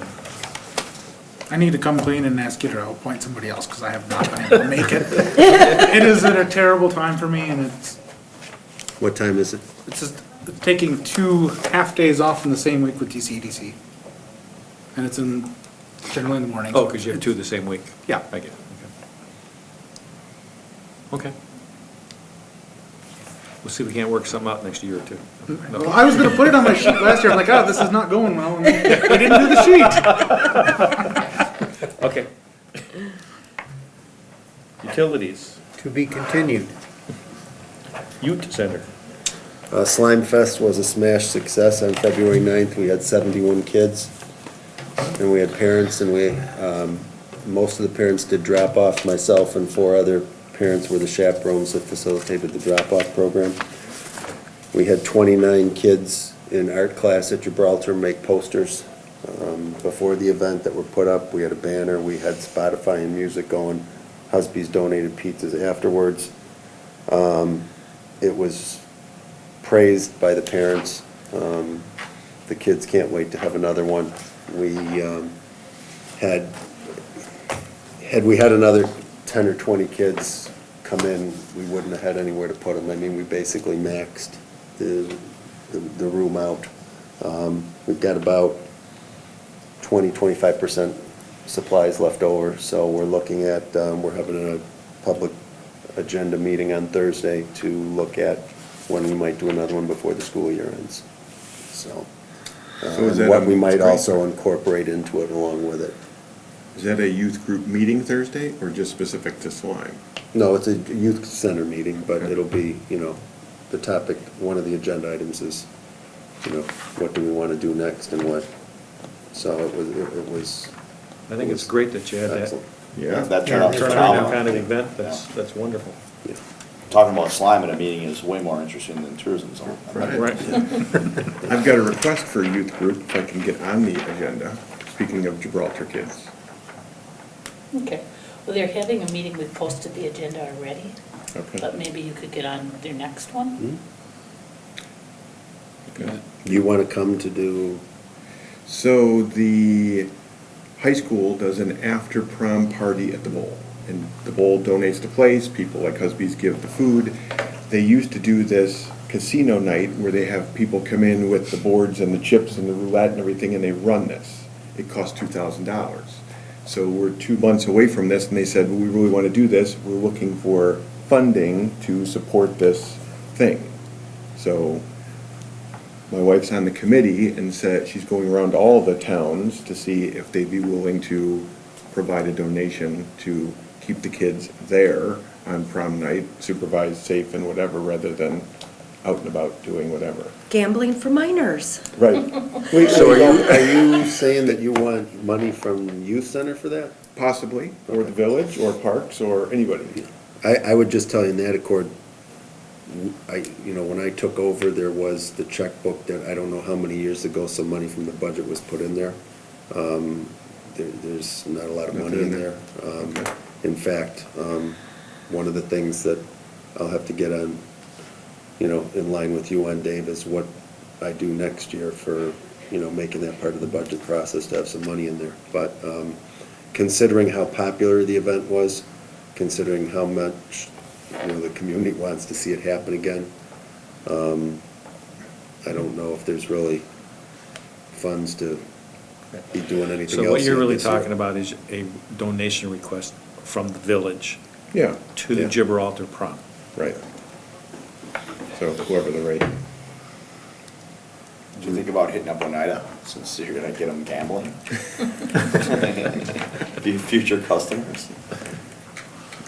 I think it's a good idea, though. I think it's great. I'm sure we would donate a little bit at Husby's, or you could probably get enough businesses to come up with $2,000. Yeah, well. Unless Dave wants to, No, and we're not asking for $2,000. Yeah. $200 would be, something. And if not, I said I'd ask, so. When's prom? End of April, I think. So we've got another 2 months. So do you want it on the next agenda? Next board agenda? Should it be a board agenda item? Probably, because the center doesn't have the money.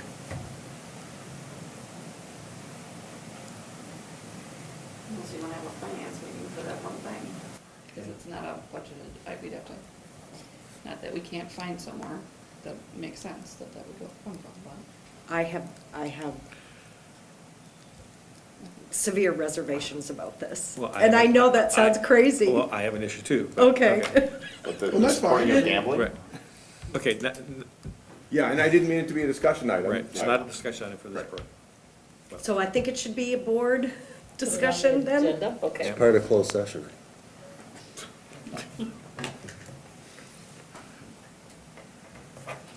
Okay, we're gonna move into closed session. Consider a motion to convene an executive session, Wisconsin pursuant to Wisconsin Stats 19.851G, confer with legal counsel for governmental body who is rendering oral or written advice concerning strategy to be adopted by the body with respect to litigation in which it is or is likely to become involved, Wisconsin Stats 19.851E, to deliberate and negotiate the purchase of public properties, the investment of public funds, conduct other specified public business whenever competitive or bargaining reasons require a closed session, Wisconsin Stats 19.851C, to discuss personnel and employee benefits. Motion by Lino. Second. Roll call, please. Lino, yes? Berto, yes? Duffy, yes? Yes. Bronco, yes. Zashki, yes. Baker, yes? Okay, let's take a 10-minute break while we get everything wrapped up and then come back.